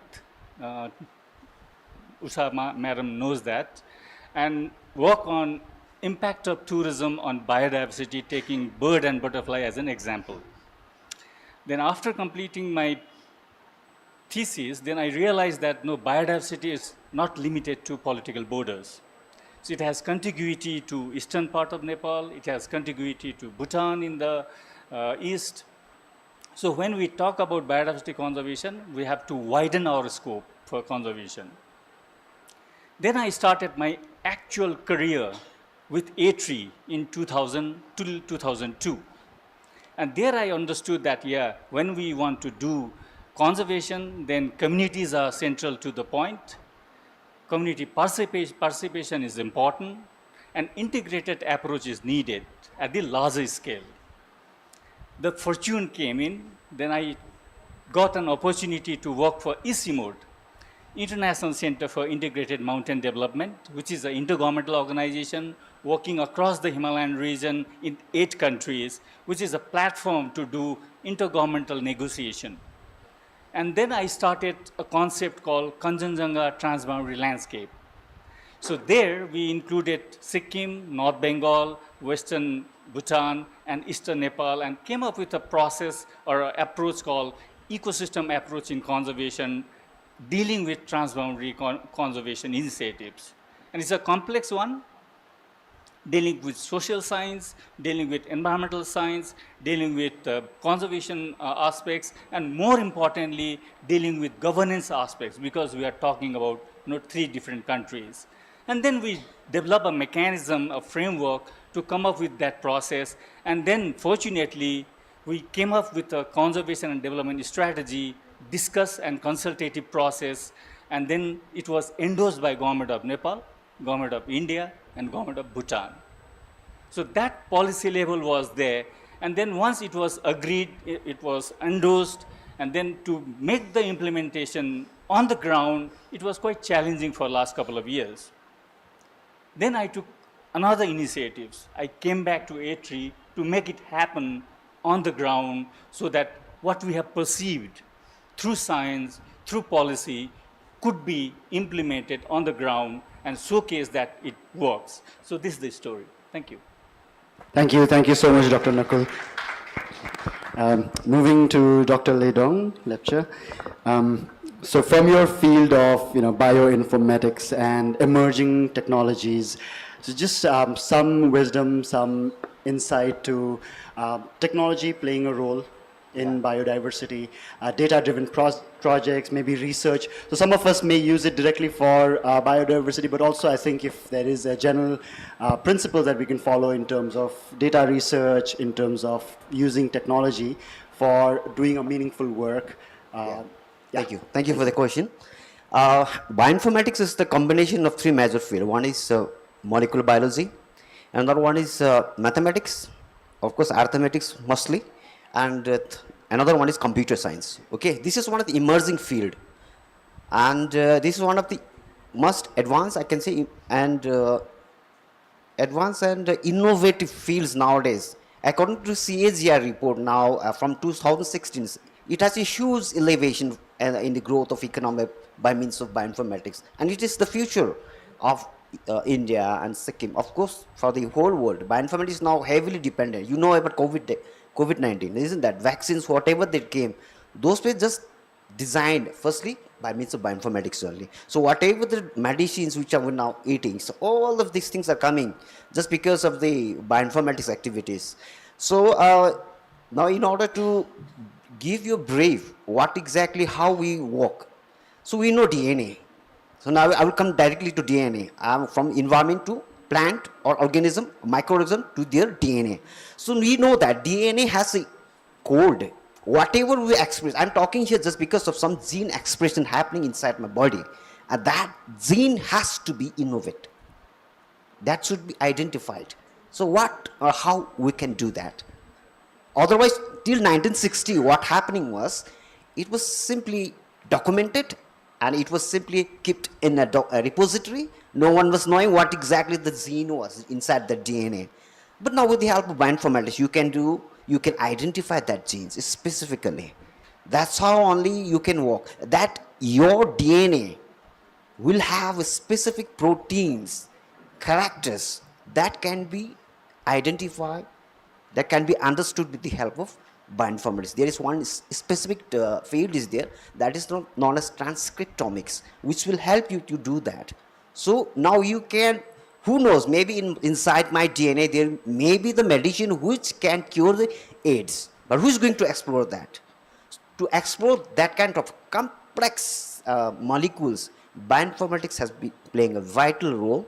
So this is one of the major field now we can say, and even the government also now come up with this, and even I'm doing lots of works on bioinformatics from international level also. Now the scholars are coming to understand, to learn bioinformatics. Recently I have my scholar from Kent University. She was doing her research on cancer and TB. So she worked upon some of the inhibitors which were there in MDR-TV. So apart from that, lots of scholars now they are approaching. It shows that bioinformatics now has become a vital tool for the development of biological world, or we can say, if you want to go for conservation part and sustainable part, bioinformatics has a huge role to play. So that's what I would say. Thank you. Thank you, Dr. Ledong. Let's give Dr. Ledong also a big round of applause. Right. And finally, Usha ma'am, so glad to connect with you again. Sikkim is seen as a role model. There are a lot of things that we like about Sikkim and how we've been able to have some success areas in terms of conserving our environment and working around natural habitats. There are a lot of things that are not in place and we still have to work on those, but also you've had some success areas. So anything that you could share in terms of what are our success stories, success areas that can be a model for maybe other states, rest of India, and also for young entrepreneurs to kind of pursue in terms of who are moving in this field. So just success stories and strengths of our state. Thanks, Sam. I'm carrying a small list here because there's a whole lot of stuff to say, but I'll try to summarize that Sikkim, the 4 points that you had given here, the topics that the government has been actually undertaking since almost 3 decades in Sikkim, mostly, in sync with the communities. involving the communities, doing this work. It touches all the 4 topics of water, water security, biodiversity conservation, health, public health, and education. So almost everything has been tried to be covered. Now, we wouldn't say that it's all a total success, but these attempts have been made. Some of them have worked, some of them are still maybe working. But Sikkim has got very rich biodiversity. So a lot of land area of Sikkim is controlled, by the protected area. We have one big national park, which is also a UNESCO World Heritage Site for not only the nature, but also for culture. So this is the first UNESCO World Heritage Site like that. And then we have wildlife sanctuaries. And then we have conservation reserves. And then we have ex situ, matlab outside the forest areas, we have zoological parks, we have bird parks, we have upcoming butterfly park. Now all this is occupying almost 80% of Sikkim. So you can imagine that a lot of work has already been kind of put on ground, but to keep it going, the government started with, having this ban on plastics, which is way back in 1996. This ban on plastic carry bags then turned into, about 13 years later, to ban on packaged water bottles in government meetings, which was a big step. Because every meeting, it was always mandatory that everybody in front has a bottle of water. That is no longer the case. And also then styrofoam was banned, firecrackers, that also happened. But then there was, in 99, there was this memorial forest when you can plant something in a barren area in memory of some of your ancestors or your children or whatever. That was called the Smriti One concept. Now Smriti One is also a very interesting concept. Many NGOs came together and that was quite a good program. And in 2000 we had compulsory environment education in schools. So that also helped a lot. And greening of syllabus happened with young designers, some of whom are in the audience here. The syllabus was greened, the syllabus is being constantly, for the Sikkimese, the syllabus has been tailored for the local children to understand their own culture and their own traditions before, moving on to learning about the whole world, which is very important. So then there was this Harit Kranti Dashak. So since mostly these were like forest oriented, it was all mostly afforestation and plantation. Now one would wonder, in such a rich forest, why you want to plant so much? But then you realize that what is on paper is not the reality in the field. The urban area is expanding so rapidly that we're actually, relying on rural areas for food, at the same time encroaching into the agricultural fields to have these factories and pharmaceutical industries and buildings and hotels and a whole lot of other stuff. But the best thing happened was, the Sikkim Organic Mission, which made Sikkim so famous. And that was in 2003. So it has taken us quite a while getting here to get Sikkim recognized as a fully organic state. Now that is, if it's on paper, if it's on record, then the local public, the NGOs should ensure that we retain that, without having to walk back. Because now you see, if you go to the market, you say there's a plastic ban, but everybody is carrying plastic bags. So that is where also NGOs, the awareness component is very, very deeply felt. The gap is very big. That we had this, in 2001, there was a notification on sacred peaks, lakes, etc. So Himalayas, there's a pan-Himalayan concept of worshipping mountains. So that would be a very good way for a lot of conservation to happen and to save the ground so that the future generation has something to look forward to. Then we had, another huge Sikkim Organic Mission also got a global award for this.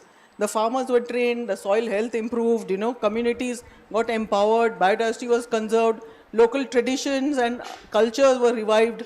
That was a good thing that happened. But in 2006, another important landmark milestone was the Himal Rakshaks, the Pokhari Sanrakshan Samitis, all these kind of community involved groups that the Forest Department notified and supported, and WWF, the NGO which helped in all this. So the mountain guardians, the lake guardians, these were concepts that were very new. I think Vivek sitting over here is also part of that. weren't you? Hannah? So, I mean, such rich initiatives, I mean, other states could learn from us, you know. Then there was ecotourism. We found that unregulated tourism was creating havoc. So ecotourism policy was formed. Then there's a climate change action plan. And then, you know, a lot of these community-led landscape and forest restoration initiatives, which have got, you know, economic and ecological gains. We hear of, you know, not just the Smriti one, but myth trees, you know, where we are bonding with the trees. Then we've got these, you know, Mere Ek Ped Maa Ke Naam, you know, all these kind of initiatives. Mero Rukh, Mero Santati, My Legacy. And then planting 108 plants for every child born. You know, My Child from Wild, an initiative in the zoological park. A farming concern called, Connect Earth, where people actually reclaiming their farming tradition. So a lot of these initiatives could be very helpful for every state, and we could also, you know, share our mistakes and learn from others.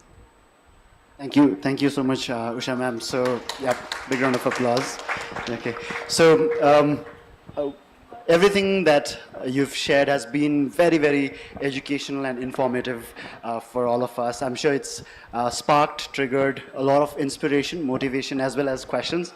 So I will open it up for about 5 to 10 minutes. If we have any questions for our panelists in terms of their expertise, the field of biodiversity, or anything.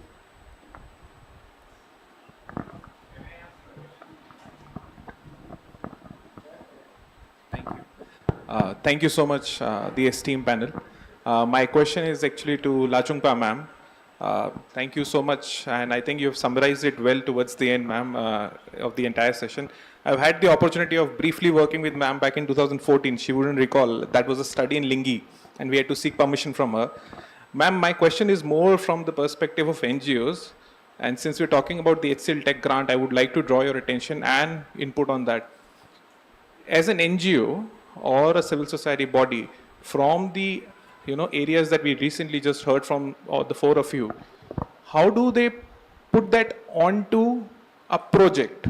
How do they design? So everybody has these ideas: climate change, smart agriculture, conservation. But if they were to develop a proposal which they need, and they need to do some action on ground, what are the elements? Because these are very big efforts and the entire collaboration is needed. So they'll not be able to take on everything in one go. How do they start? Because we have often seen in past editions, as evaluators, as somebody who is reviewing the cases, ideas look bright, but the moment we look into the details of how they're going to actually implement it, it's absolutely blank. So given your experience, particularly on biodiversity and conservation, if you can actually orient the organizations, how do they write so that they're able to project and align to these efforts which the country is striving for in the overall scenario at the globe? I think that is really going to give them some pointers on how do they stitch the proposal. Yeah, that's a good one, because it becomes a little overwhelming, I think, when you say so many things are happening, and then how to start, where to start. So maybe, just take up whatever we are good with. For example, the water security part.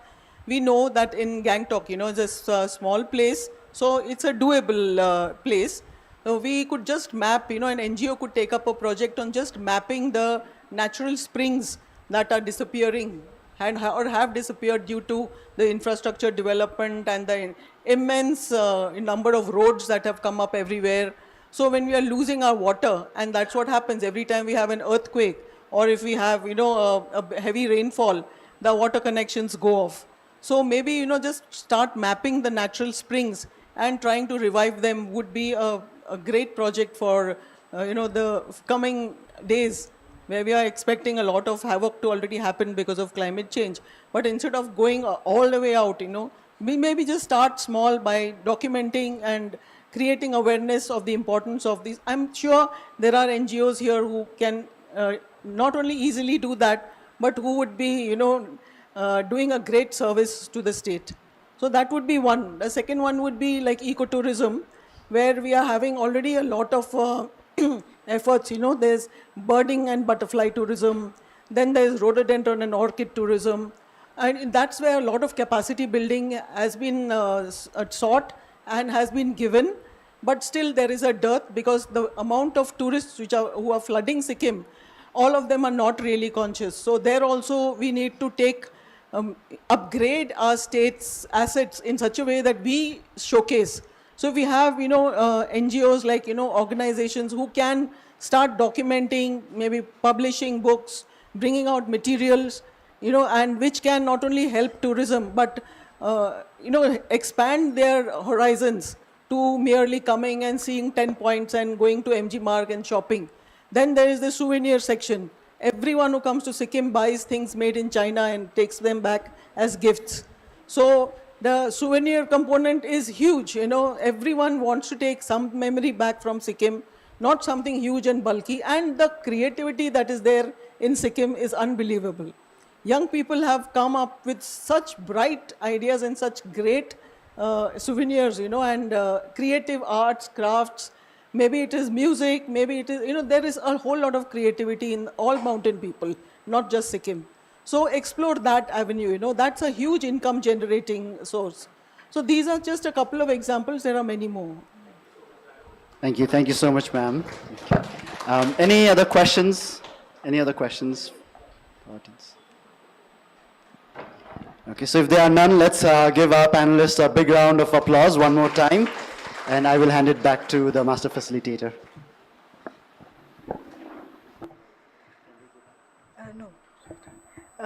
Thank you, Samuel and the panelists. I now invite Dilshad sir to kindly felicitate Dr. Nakul Chhetri.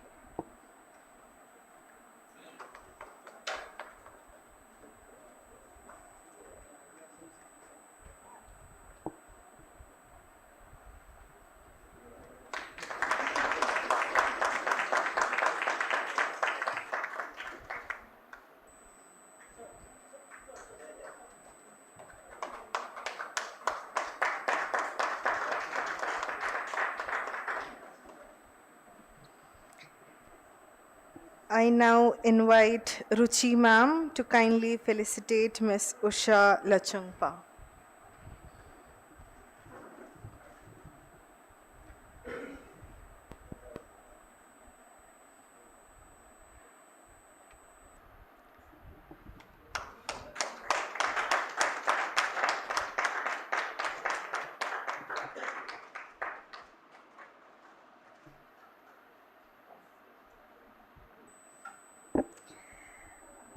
I now invite Simi ma'am to kindly felicitate Dr. Ledong Lepcha.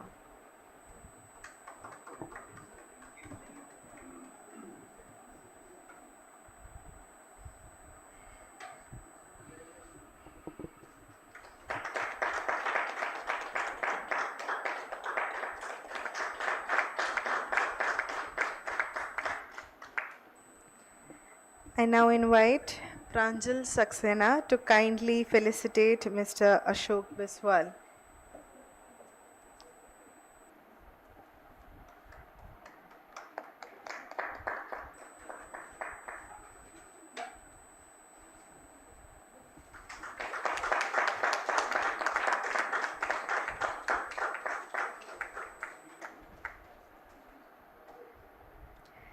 I now invite Robin to kindly felicitate Mr. Samuel Kaiba.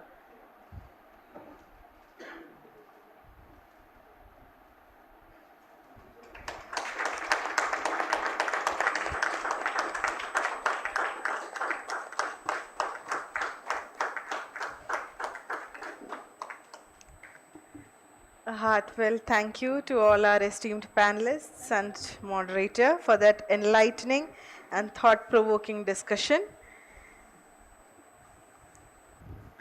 We now transition into an interactive and collaborative segment of today's symposium, the Design for Impact group activity.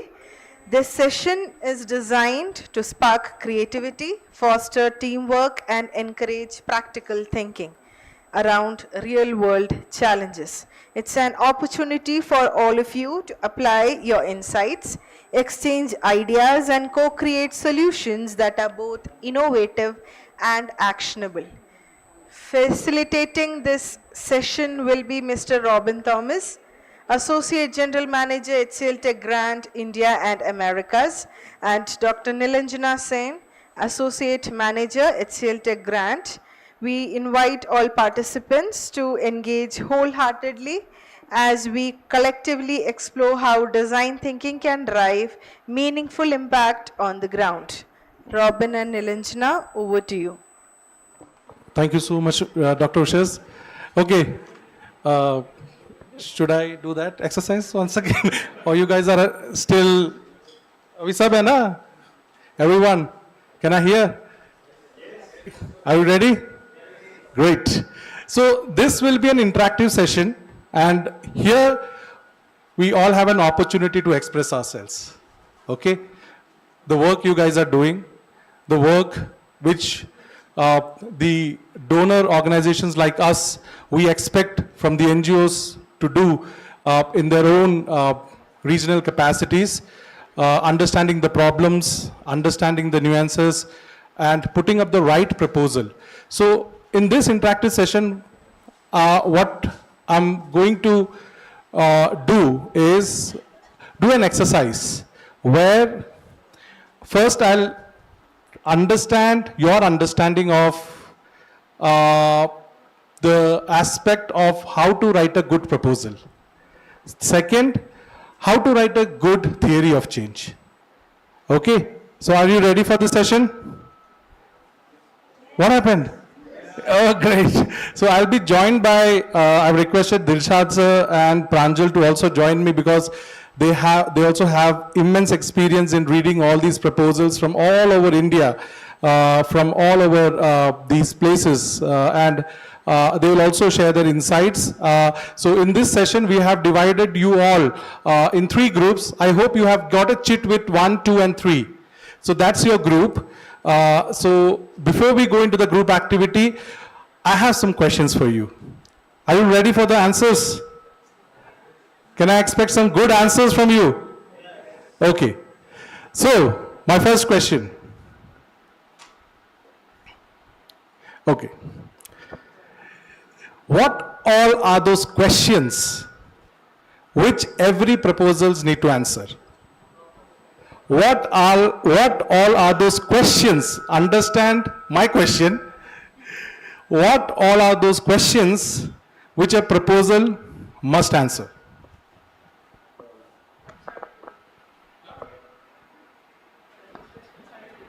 Registration certificate, ma'am, बहुत आप detail में चले गए. I am asking very basic question. Problem statement, चलो ठीक है. That is connected. Okay.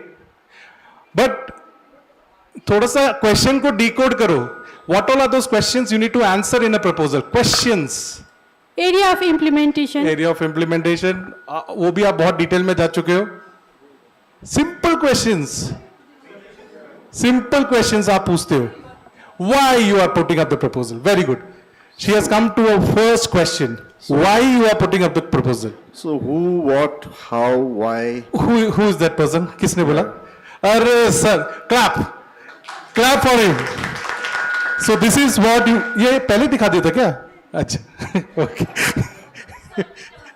Okay. So these are the things you should first think before you write. Why you are writing this proposal? What is the problem statement you are talking about? Why? You have to answer yourself. Why? Then what? Problem statement bata diya. What is the solution? What is the impact you are talking about? What is the output? What is the outcome? Then how are you going to do it? What all are those activities? Where you will do it? For whom you will do it? Whom का मतलब क्या है? What do you mean by whom? For whom? Huh? Project partners, okay. Beneficiaries, right. Beneficiaries. When you will do it? That is the most important question. What is the right time to do it? And who will do it? If you answer these 6 questions 5 W's and 1 H, you have a very good proposal. So think before you write. And what you have to think on these lines. Okay? Okay, next. Okay. 2 important factors in convincing the funders. Don't give me, big statements.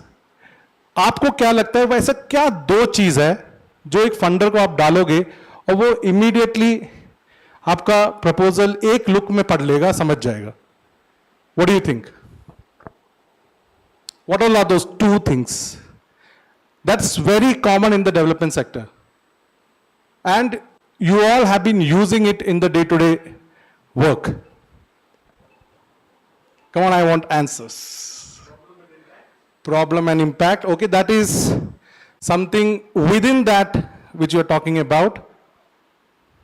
The broader, vision and outcome. Reasons and outcome. Okay. Anyone? Okay, these are the things which you are talking about, what you put in a proposal. But एक donor को अगर एक page में देखना है तो कैसे देख पाएगा आपका proposal? 1 page. Sir. Intention and mechanics. Yes, you are right. The intention and mechanics. What else? Okay, now I will show you what we see in a proposal. When you put up a proposal, these are the 2 things we try to find out. And we ask you to give us on paper. First is theory of change. क्या होता है theory of change? Anyone who can define theory of change? What is theory of change? And this is the group activity which you all will be doing now. What is theory of change? Acha, how many of you are hearing this for the first time? Theory of change? Okay. Okay. Okay. So, जिन्होंने सुना है वो बताइए. Yes, ma'am, please. नहीं सुना? Okay. So this is going to be an interesting session now. Okay, so I'll explain you. So we have 2 things which every NGO generally, when they propose to a donor or any funding, these are the 2 things which on one paper or one glance, you will be able to convince any donor why they should fund you and for what they should fund you. So first is theory of change, which is a description of why a particular way of working is why a particular way of project will be effectively implemented, showing how the change happens in the short, medium and long term. Output, outcome and impact to achieve the intended impact. Okay? So here you are representing to a donor a visual diagram through which you are talking about the challenges, the solution, the output and the outcome. बस. और ये एक 1 page solution होता है for any donor to understand very briefly about your project before they ask details about each parameters. And second, which we use is LFA, log frame analysis. Log frame analysis? Anyone? Okay. So logical framework analysis.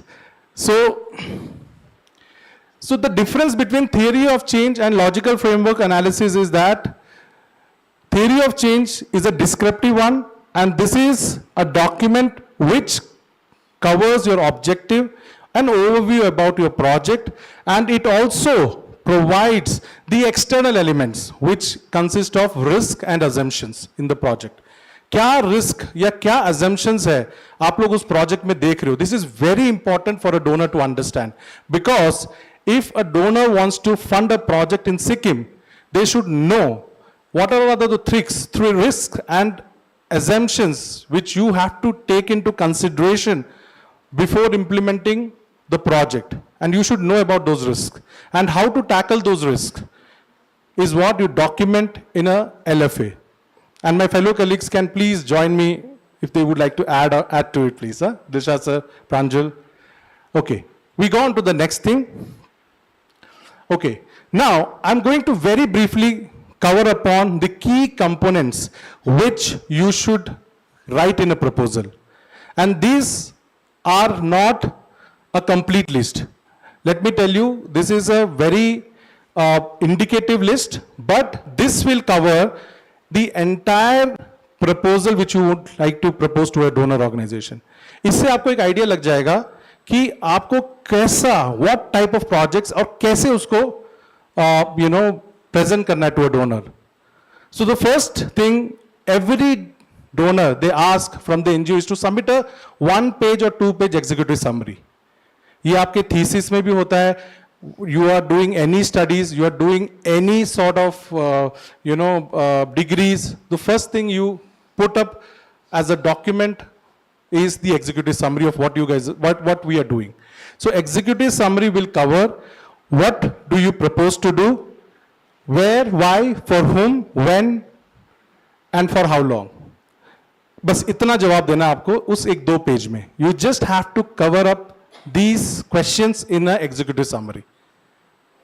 Okay, next. Then we call out for a presentation by the NGO. So presentation by the NGO means not that they are presenting to us, but about the organization. So you'll have to give us a 1 or 2 page about your organization. When it got started, who is the founder, what is the history behind the organization, or what was your vision, what is your mission. So when you cover all this, then for a donor organization to understand, this helps to understand the credibility of the organization. Because in HCL grant, we give 40% weightage on the organizational governance and the capacity to deliver the project. And it is overall in the development sector, this has been the weightage now, because our compliance governance has become so strong, because now donor organizations are also answerable to the government.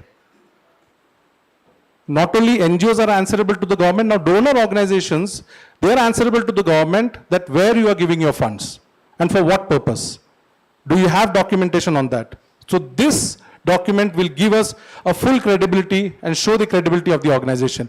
And keep up this credibility when you write up this proposal. Present your organization. Learn to present your organization in a 1 page. Moving on. Robin, if I may just add to it. Yeah, please. So what Robin just said is important also from the HCL grant perspective. And this is a standard, like sir said, mechanics, right? This is a standard methodology to apply to any grant. But from a HCL grant perspective, it is important because of the quantum that we have. We receive, like I said earlier also, about 2,000 applications. Executive summary is the first step for all organizations. That is the first stage. You would have seen in the starting session 7 stages, which Shelley had taken you through. First stage is where you submit an executive summary. So we will only ask you. So when you register yourself and you go to start filling, the basic information that will be asked to you is only about executive summary. So you have to make sure that you think through, put your idea proposal very briefly there, because we will have 2,000 plus such executive summaries. Now it is your job as an organization, as senior leaders of the organization, to make sure that your project stands out there. We will ask for the detailed proposal and everything later stages, at the later stages. So it is those 2 pages that is going to first ensure from the model perspective of how and where your model and project lands. Yeah, and you apply to any grant, not only HCL grant, like Pranjal mentioned. You apply for any grant. What they look for in a proposal? What they look for in a proposal? How innovative is that project? How innovative is your approach? And what is that one idea you are talking about? And what is that one problem statement you are talking about to solve? So that is very important. So, Robin, sorry, have you told them like also about the abstract part before the final proposal?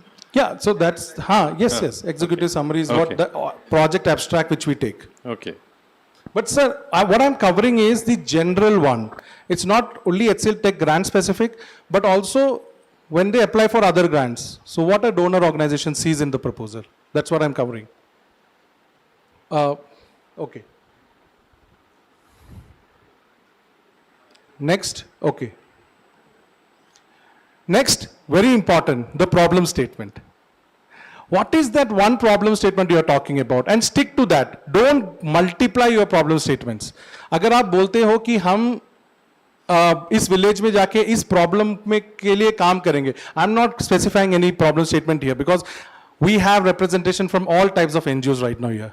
So, if you are talking about one problem statement, just stick to that. And other factors will add to it, what you want to do. But your problem statement, your selection of the proposal for any donor to select your proposal, they always see the first thing is the problem statement, how relevant is your problem statement and how relevant it is with the data fact sheets which are already available, which is talking about, and how it is matching with your problem statement. That is very important. So a good proposal is when you write a good problem statement.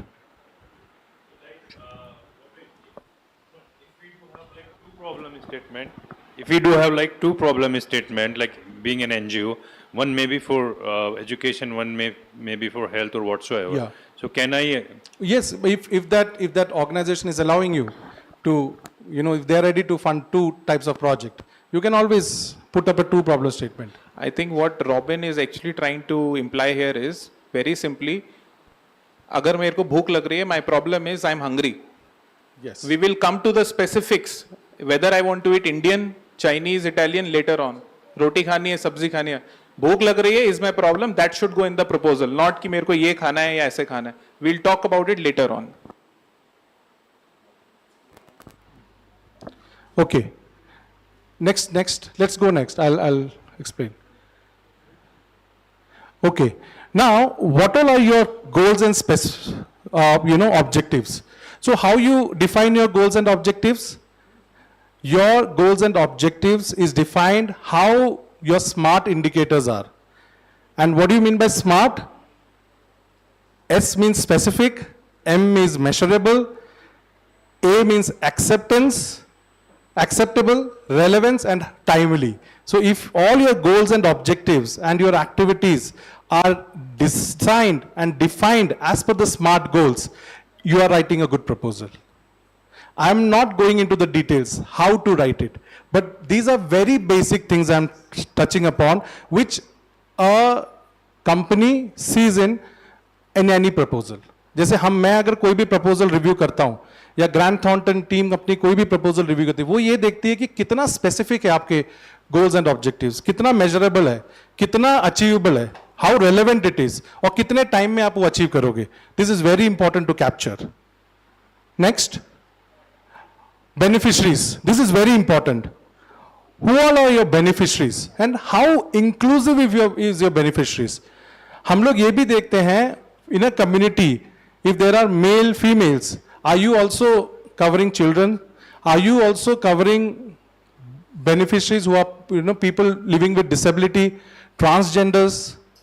हम उनको तो छोड़ नहीं सकते ना, if they are also in the same problem का periphery में. So all your beneficiaries, the selection of the beneficiaries is very important. The selection of your stakeholders is very important. And how inclusive it is defines a good proposal. Let's move on to the proposed methodology. What is that methodology you are putting up to achieve your goals, achieve your objectives?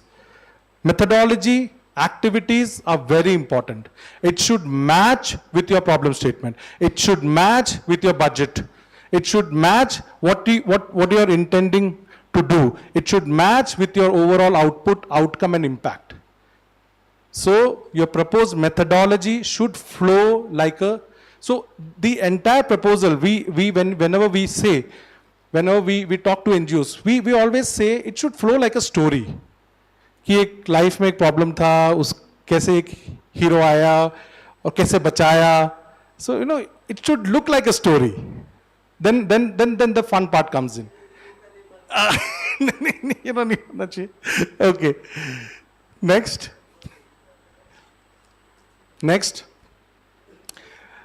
Okay. This is very important. So there is one more document which HCL Foundation asks, and nowadays, like all the organization they ask is Gantt chart. What do you mean by Gantt chart?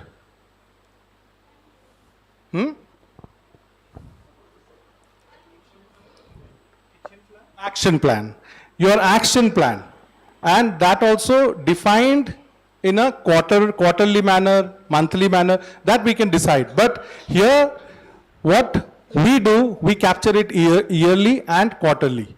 So Gantt chart is very important. When you propose a project, if it's a 2-year project, if it's a 3-year project, you should have a proper Gantt chart where all your activities should be listed down, and then you should mention that when these activities will be implemented, which all quarters, in which year. Then only your budget, Gantt chart, everything should be aligned. Let's go to next. Budget.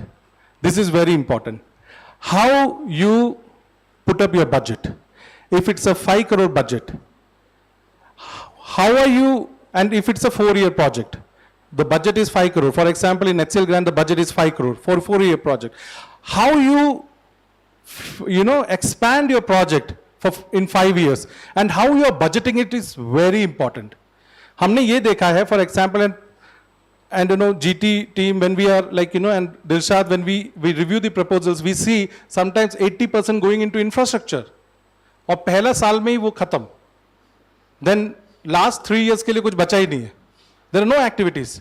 Kya beneficiaries? Kya? But it also depends on the case-to-case basis. I'm not saying that infra budgets are not allowed in grants or funds, but you also have to convince the donor why you are putting up that much budget for infrastructure. So your budgeting, when you put your budget, you also need to understand when a donor reads that, the donor should understand where the funds is going and for what that funds are going, and how you are justifying it is very important. You should be able to convince them through your activities which you are listing down. And it should connect with your budget. All your activities, all your implementation strategies, everything should connect with the budget and the overall impact which you are envisioning in the project. Next. Monitoring and evaluation. ये एक ऐसा चीज है, monitoring and evaluation and sustainability, which is the next one. These are the 2 things which NGOs sometimes, they don't give much importance, but for a donor organization, it is of the utmost importance. How you are tracking your project. Who all are tracking your project.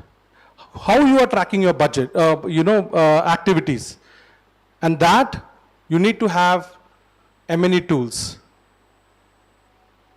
Or monitoring and evaluation is very important for your projects.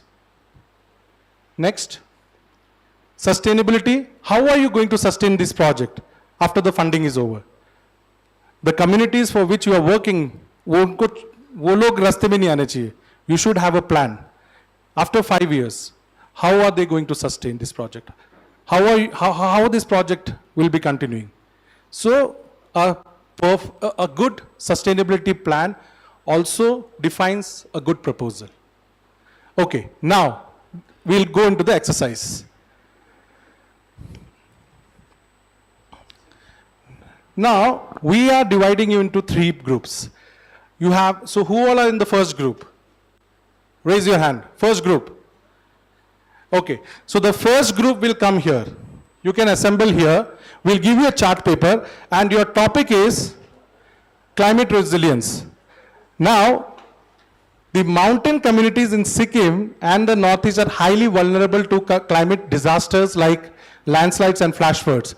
Current community preparedness and adaptation efforts are not sufficient. So this is your topic, and you are now going to develop a theory of change. And how you are going to develop, I'll show you. Now the group 2 will work on the youth migration and livelihood issues, which talks about the lack of local education and livelihood opportunities in the Northeast, is driving large-scale youth migration, weakening rural communities and economies.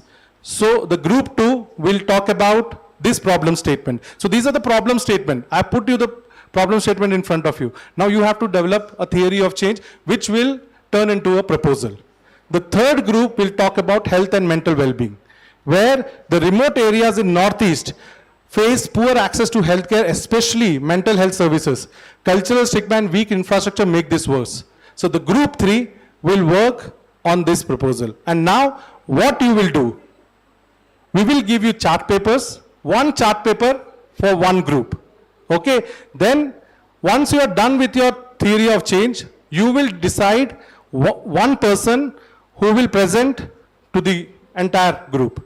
What is that they have proposed, and you have 5 minutes to present.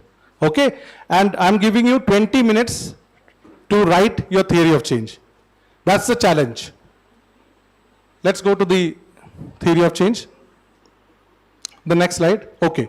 Now, in this, you will first start with the problem statement which I've already told you for each group. The problem statement is in front of you. Now, you will talk about, in the theory of change, the target population, community, for which target population or community you will be targeting, the root causes, what are the root underlying causes of the problems. Then you will talk about the desired long-term impact. Like if it's a, for example, this fund which you are writing your theory of change is for 4 years. What is that impact which you are envisioning after 4 years? Then your outcomes, short, medium and large. So basically long-term, short, medium and long-term. So short-term outcomes are like 6 to 12 months में क्या आप short-term outcomes देख रहे हैं? 1, 2, 3 points डाल दो. Medium or long-term outcomes in the completion of your project in 4 to 5 years. Then your activities. What are the activities, interventions you are going to do? Then what is the impact, overall impact you see after the completion of the project? Then what are the assumptions, the risk and assumptions which you are seeing, which you have to work upon to implement this project on ground? And then what all are the indicators of success and partners and stakeholders? So इसमें आपको ये सब के बारे में सोच के बस सिंपल उस चार्ट में आपको 4 पार्ट्स में डिवाइड करना है. First you are talking about the problem, challenges, then solutions, then your outcome, output and outcome, overall outcome. Okay, clear? Okay, and all other things can be your क्या बोलते हैं उसको, उसके साथ जो हाँ सब adds. Okay, whatever you would like to add वो आप ऐड कर सकते हैं. मेन है आपको हमें एक थियरी ऑफ चेंज इस चार्ट पेपर में दिखाना है. What is the challenges, problem statement which you are talking about, what all are the activities which you will be doing to address this challenge, what is the immediate output and then overall outcome after the completion of the project. Ready? So group 1, please come over here. Group 1, group 2 that side and group 3 this side. And let's show the, Ishitash, let's show the topic. Okay, group 1 इधर आ जाइए. Let's assemble. जल्दी करेंगे तो lunch ready है. फिर हम जल्दी से lunch करेंगे. Come. Group 2 in that corner, group 3 here. Please. Group 1, jaldi, let's do it fast.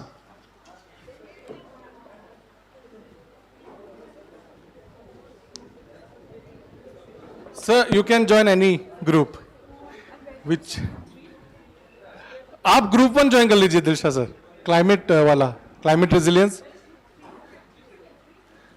Group 3 Pranjal, group 3.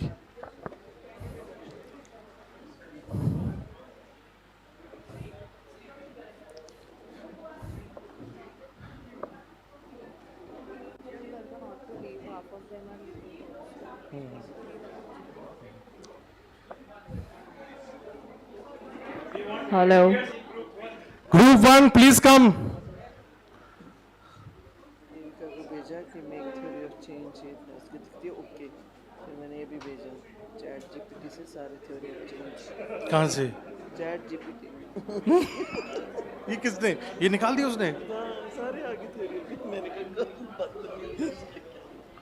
Chat GPT ने तो खत्म कर दिया।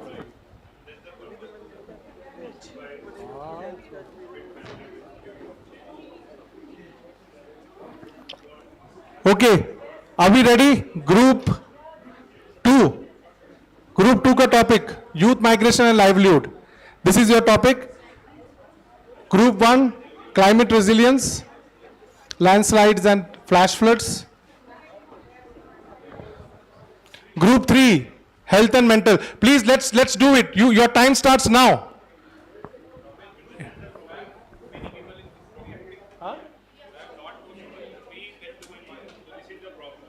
Okay.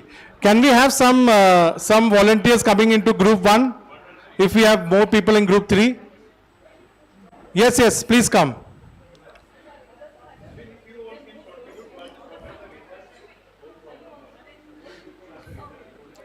बस आपको ये कैप्चर करना है problem statement, what is the challenges, solution, output, outcome.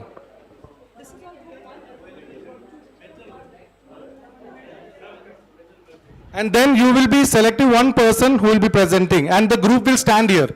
सारे ग्रुप के मेंबर्स इधर ही खड़े होंगे और एक बंदा प्रेजेंट करेगा. जल्दी से please. Let's start. And we have Pranjal here. Pranjal will be here to guide you. Any doubts? 2 में मुझे जाना पड़ेगा. Dr. Smita, you want to join group 2, youth migration and livelihood. Go. Help them. Oh, you.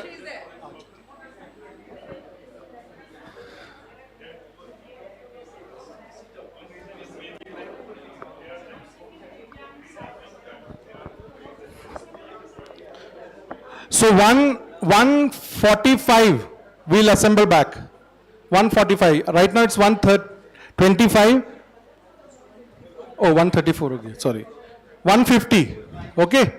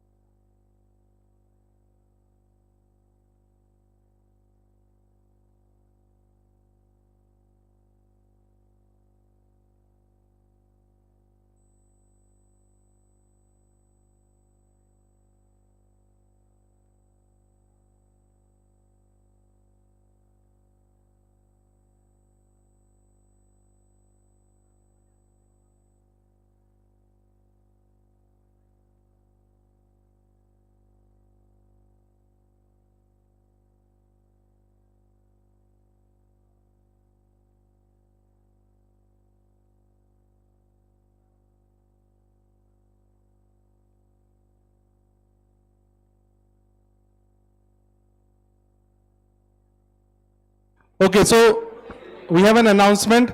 There is a sponsor who has sponsored the best team a gift. Okay, so give your best pitch now for the gift.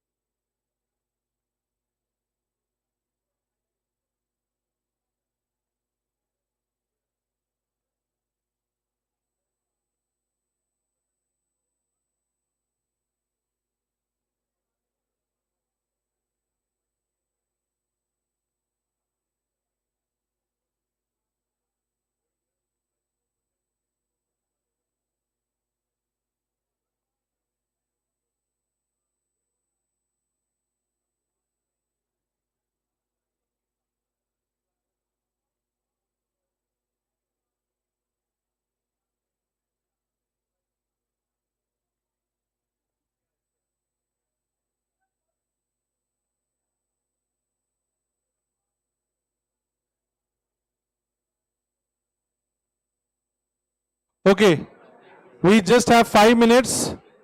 5 minutes, and the groups will come here to present in 5 minutes.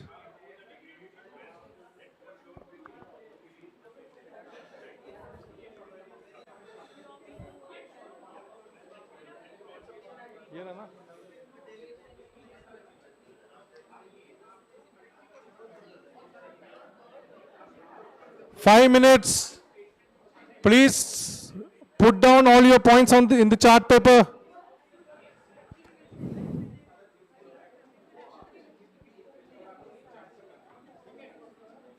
Group activity.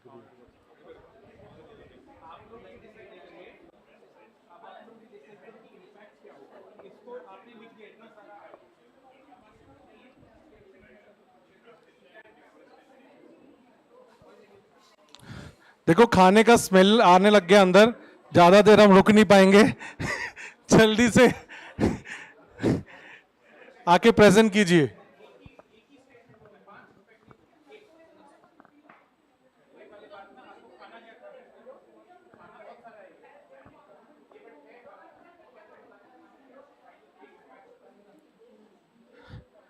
Put 5-6 pointers and come here and present. बहुत ज्यादा detail में मत लिखिए.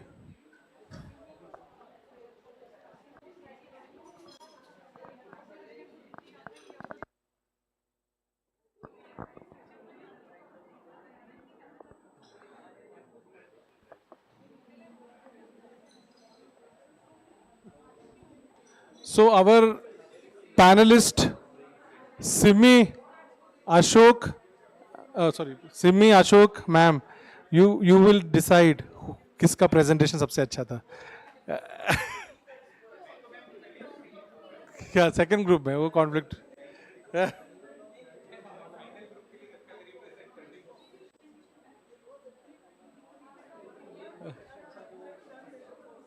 But ma'am, you can just watch and give us your voting. किसके है? 3, 2, 1.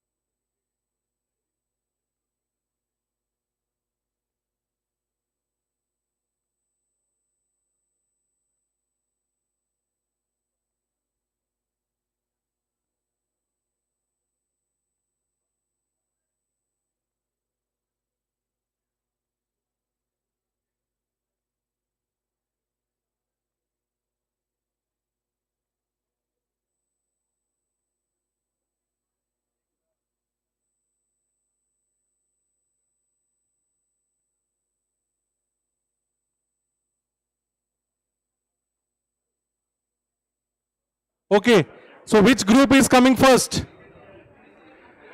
Which group?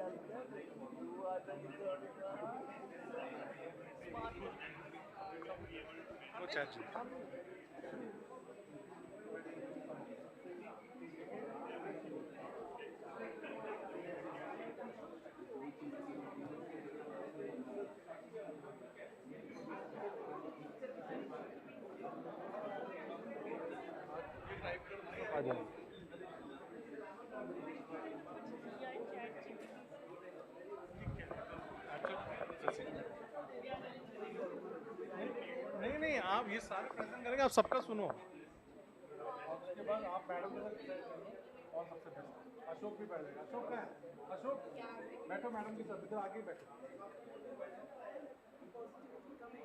वो moderator को बैठा लो।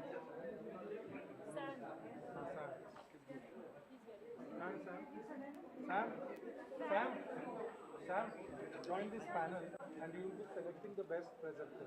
Okay, you, Simi and ma'am. Okay, the best presenter you guys will decide.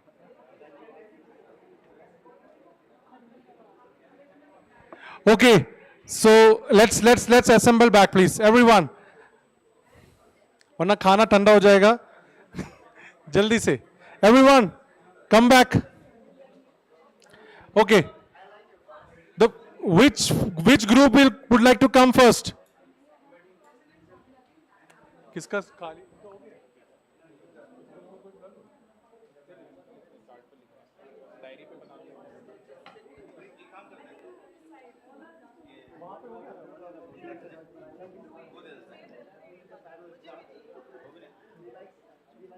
Camera लगा करके यहाँ पे डिस्प्ले कर दूँ, हाँ वो अच्छा रहेगा ना। बिजू कैमरा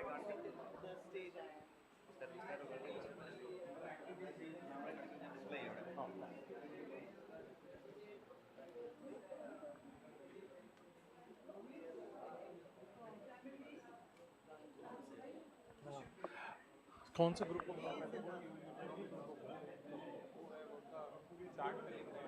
हो गया? So you'll come first, आप लोग?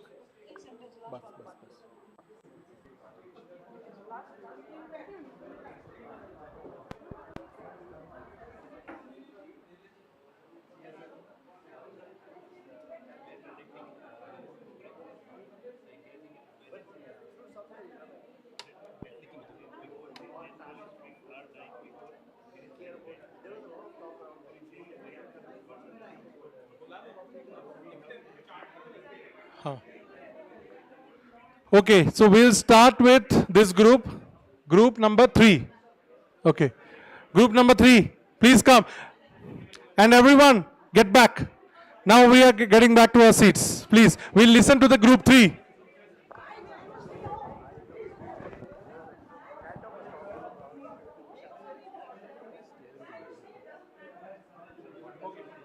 Let's go there. The first presenters, everyone, सब चार्ट पेपर्स अपना इधर लाओ.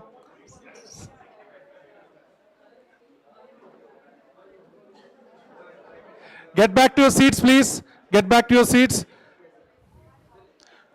Group 2, please. Time's up. Group 2, time's up. Time's up. Time's up, sir. Please. आ जाओ. अब हम ग्रुप 3 का सुनेंगे पहले. Very nice. ये एक ही इतना ही है. Okay, good. अच्छा, short and sweet. Why, when, how come here? How are you going to do it? But आप बोल देना, ठीक है? Cover. हाँ, all groups in. नहीं पीछे. अच्छा आपका इधर है ना? Okay.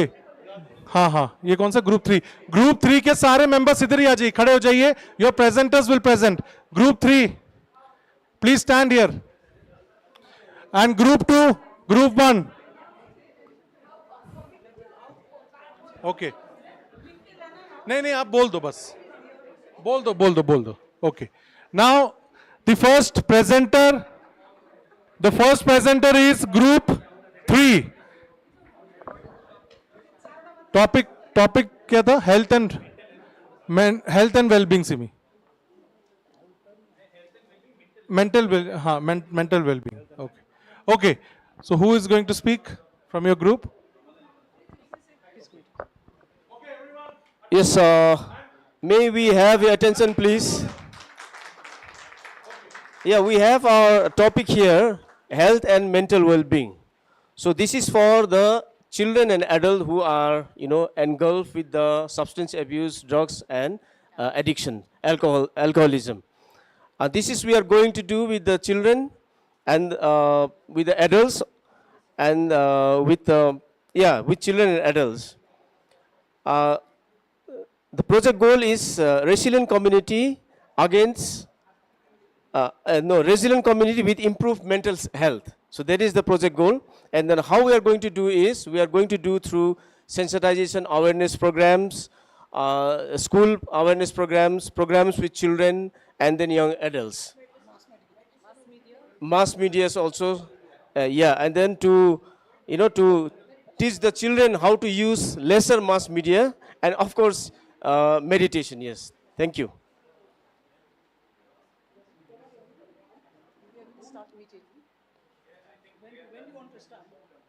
Yes, we are going to start immediately with July.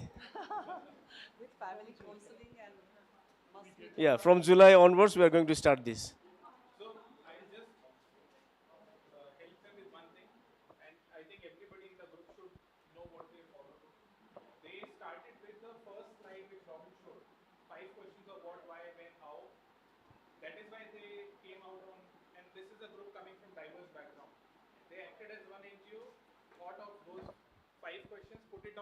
Copy notebook and then put it up on the chart.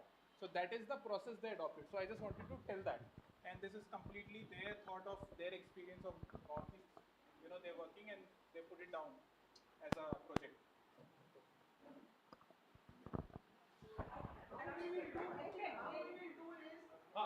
Mike. I think I'm very loud. How we will do is basically, like it's a family counseling. Family counseling includes parents, grandparents, everybody, because nowadays suicide rate is not high only in young adults, but even in old people, because they get neglected. Now, whoever studies well, they go out. So this is how we are doing family counseling, mass education, and as we said,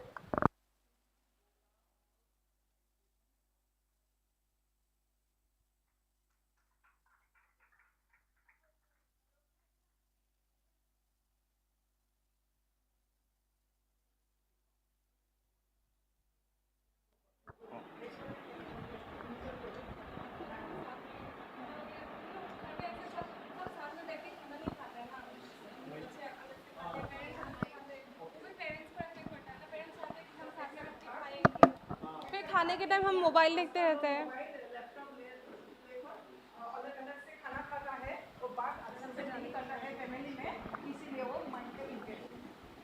that's why counseling for the family counseling, mass media education. We have actually in Sikkim we have a very good. Especially talking about school, Sikkim in school we have a very good school health program, whereby we have a very good school health program whereby we have got health education there, and a doctor goes and even a dentist goes, and in each district, because I too was in school health program, she too was in school health program, we both doctors were there. So that is one advantage, like school health program is a different cell, IEC cell, so we have good health educators there. So to teach them to count, still we are lacking, and we are having a very high rate of suicide, not only amongst young adults and even old people, 60 plus. 60 plus, I feel, because I am also 60 plus, I feel that you get neglected, like, okay, we can understand, but children go out, you are all alone, especially if you are single parent, then they feel more neglected. So we have to stay in society. कहीं भी बुलाए चले जाओ, चाहे शादी में बुलाए चाहे बारात में चले.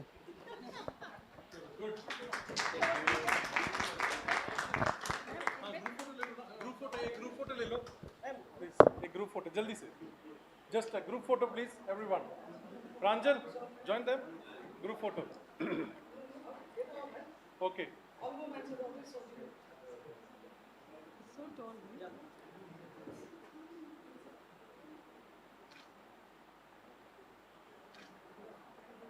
Okay.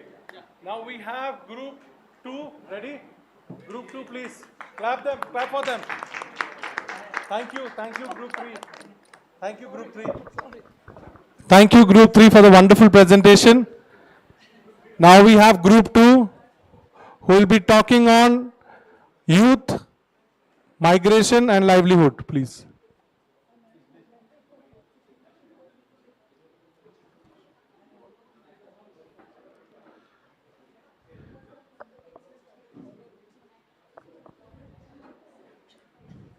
Okay. Group 3 सब इधर आ जाइए. Oh, Group 2, sorry. Group 2 के सारे members, please join here. Group 2.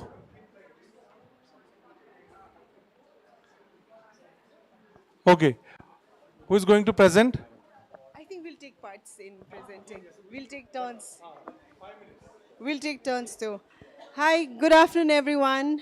Can I have your attention, please? So, hi.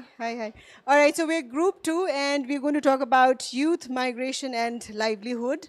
The problem statement would be the lack of proper education. And when we say lack of proper education, we mean the age-long system of teaching and learning methods. Our teaching and learning methods have not changed. So what I learned, my kid is also learning the same thing. So that has become very monotonous and not progressive. The school curriculum has not changed for ages. We're still continuing with the age-old curriculum that we had. And also the problem statement would be the economic condition, wherein what I mean in the education field is the parents do not have enough financial support or enough money to send their kids to better schools for better education. In terms of livelihood, the problem is less opportunities. So since our education system and the resources that we have has become very limited and monotonous, so that has resulted in creating less opportunities for our people. So low financial, that also, it impacts the low financial income source.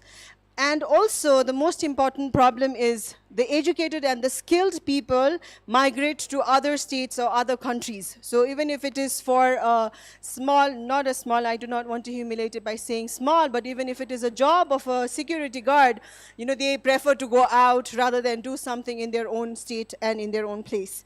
So, and the solution that we discussed, it was a very rushed thing. The solution is change in learning and teaching methods. So I'd like to mention Progressive Learning Foundation, the NGO that I work for. So we are really, striving to change the learning and the teaching methods. Skill-based education, that is what NEP 2020 also has now started to implement in the education system. Setting up of public libraries. So creating a reading culture. When you read, when you educate yourself, that is when we can solve a lot of problems that arise. Promoting entrepreneurship, creating more opportunities for small-scale industries, household industries to earn their livelihood. Proper and correct use of resources. Now, Sikkim as a state, we are very resourceful, We have enough resources, but if only we could create an awareness to, to make people aware as to how to use the resources available. Creating financial opportunities, providing trainings for financial management, skill training, livelihood. Now, here we intentionally mentioned the training part because I think we as, we as people here, I think we are not so very open to trainings, I think creating that awareness that I need a training, I need to change, I need to learn is also one of the solutions that, could solve a lot of problems. Our stakeholders would be concerned departments, participatory beneficiaries, CSR, state and central government sectors, private sectors, and etc. So the impact, the short-term and long-term impact or the solutions would be community. One is the short-term would be the community building, wherein we create, we come up with a lot of awareness programs, intergovernmental, intergenerational relations, creating awareness of bonding with, I think, the earlier group did mention about intergenerational relationship that also impacts the mental health. So that is the short-term solution that we came up with. Public libraries again. I think one thing that I as a person, I as an individual faced here in Sikkim is also not available of public libraries. I think that would also create an impact in the society.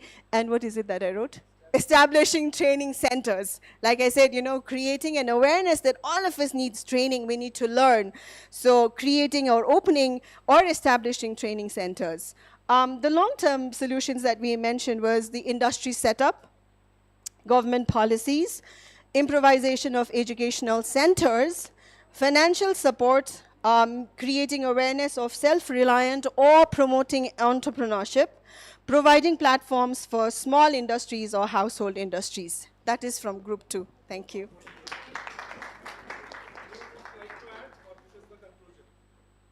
We had so much to add, but I think we are hungry. Okay. Sure. So thank you, Group 2. Group photo, please. Come. Everyone clap for Group 2.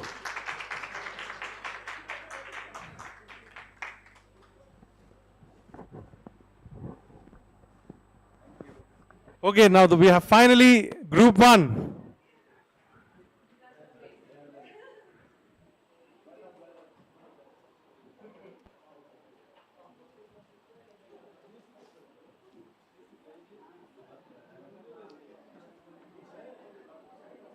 Group 1.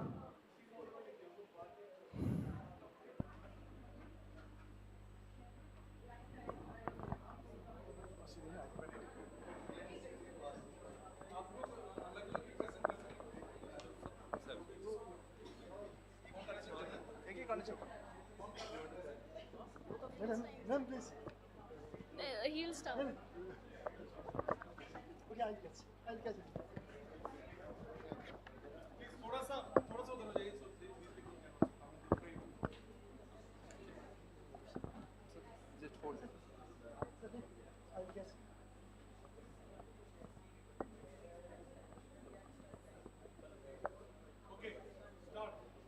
Good afternoon to all.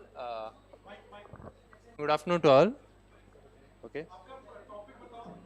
So today we got a topic climate resilience. So the topic goes like this: and the mountain continues in the Sikkim and the northeast are highly vulnerable, and the climate disasters like landslides and flash floods. Current communities' preparedness and adapt efforts are not sufficient. So basically, the topic which we got is like, so how can we prepare a project proposal for a resilience of landslides, and the topic which we, the problem statement which we pick is landslide and flash floods. So for that, the major reasons in northeast part is, so unplanned urbanization is the one of the major thing. So as one of the major thing, a rise in environmental temperature, the second one, the and third one is a melting of glaciers, and fourth one is like what do you call? Yeah, unstable road structures, right? Yeah, unstable road network development. The fifth problem statement is reason is the increasing the vehicle flow in the northeast part. So for that, the solutions that we came up, the afforestation. Just for that, conducting a plantation drives and providing awareness programs.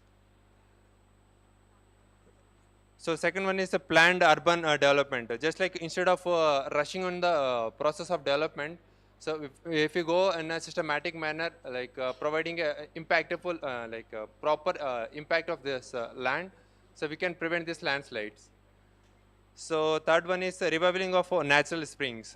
So it is a bit long process, but if we start from now, like once the project start, if we start from that, it will be a step-by-step process to revival of natural springs. And the fourth one solution for the problem statement is the construction of retaining walls. So wherever this, if there is a chance of a landslide, instead of if we aware of that, the chances of getting landslide with this particular area happens. So, instead of waiting till it's to landslide, we can construct a retaining wall. So we can prevent it before it happens. Yeah. So for that outcome, the project outcomes will be goes like this: increase in the forest area, and development of water storage structures. Yeah, thank you.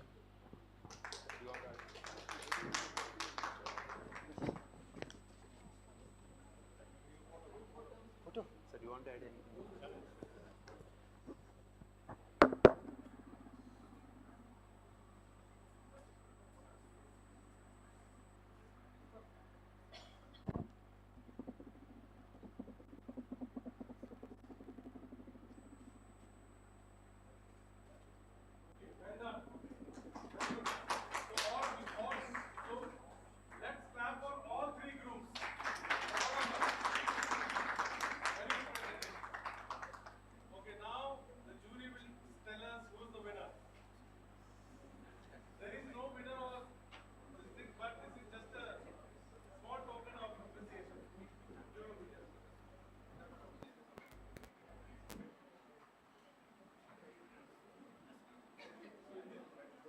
So as I said, in this activity, there is no winner or loser.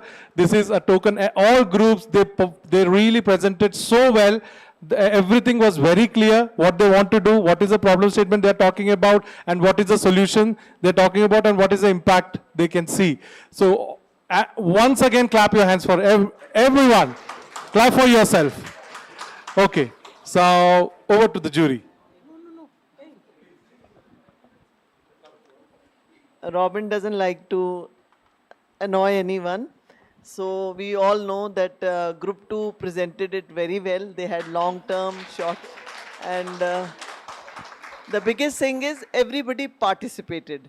Look, at least our mind started working towards it. We could at least for some time feel the problem statement. Otherwise, we are so lost with ourselves that khana kab milega, kab jana hai, and all that. But at least whatever time we spent towards, all these problems. And I'm sure with this collective effort, you people will be able to solve it also. Thank you.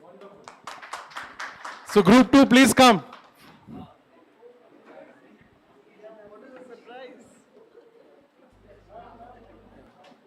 Group 2, please come and stand in line here. And big round of applause for group 1 and group 3.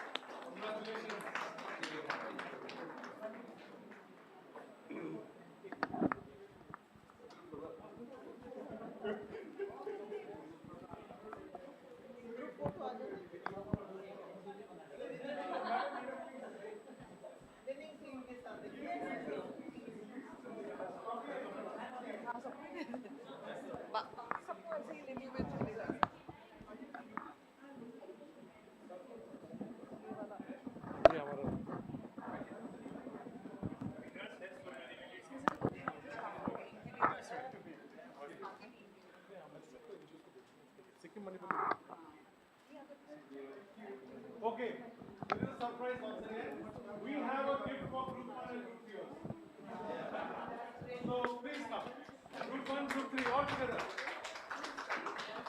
And this is because of the participation that you had. So this is for your wonderful participation. And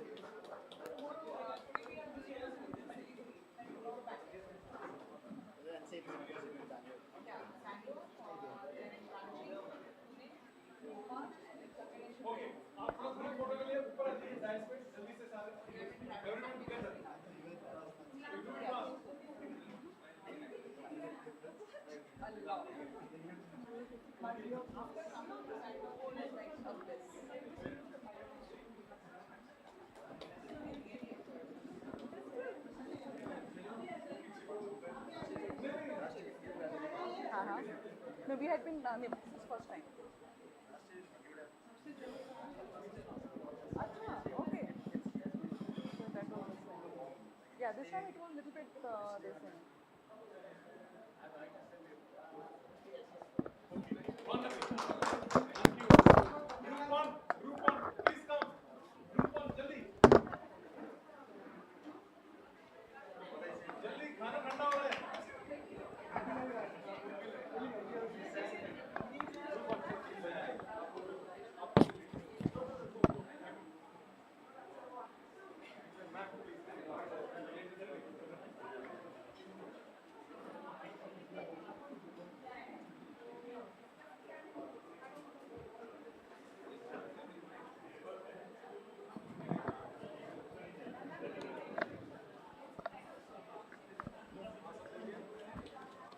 Dilshad, run behind.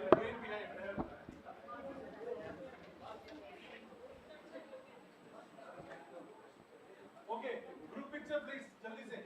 Okay.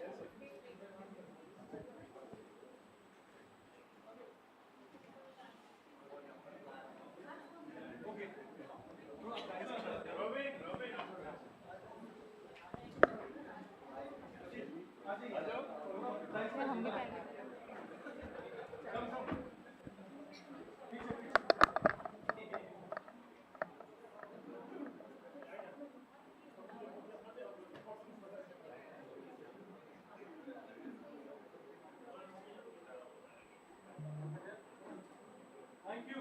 Okay. We have just 1 minute to take. I'm here.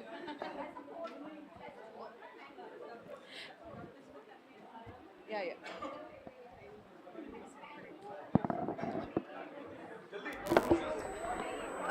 Thank you all for your participation, for the enthusiastic involvement and thoughtful contributions. The energy and ideas shared during this session would truly reflect on the power of collaboration in creating sustainable change. As we come to the close of the enriching day, we extend our heartfelt thanks to each and everyone for your presence, participation, and passion. I now request Dr. Smita to kindly deliver the vote of thanks.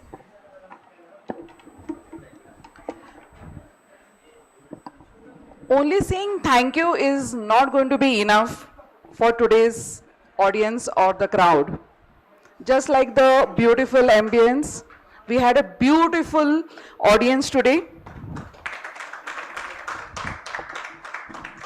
The discussion was too good. We are going to take a lot of positive memories, as one word that we learned here in the last 2 days is Tashi, which means positive vibes, thank you, many things. So definitely we are taking that memory with us, along with the beautiful city that you have, a beautiful state. To begin with, Sikkim Manipal University, a big thank you for giving us such a beautiful ambience and so much of support. It never felt that we had to do so much of work because they were always there. We felt it's not our program but the college authority. The next, I would like to thank Meghshala, specifically Simran. She is a sweetheart and she really helped us in every aspect, right from calling up the speakers, and the speakers were so very welcome the one time that we messaged, and they were so eager to be part of this symposium. So big thank you to each and every speaker who was here today. And the knowledge that we all have received in this symposium is something that we are going to take back. So it is not a thank you, the journey starts here now.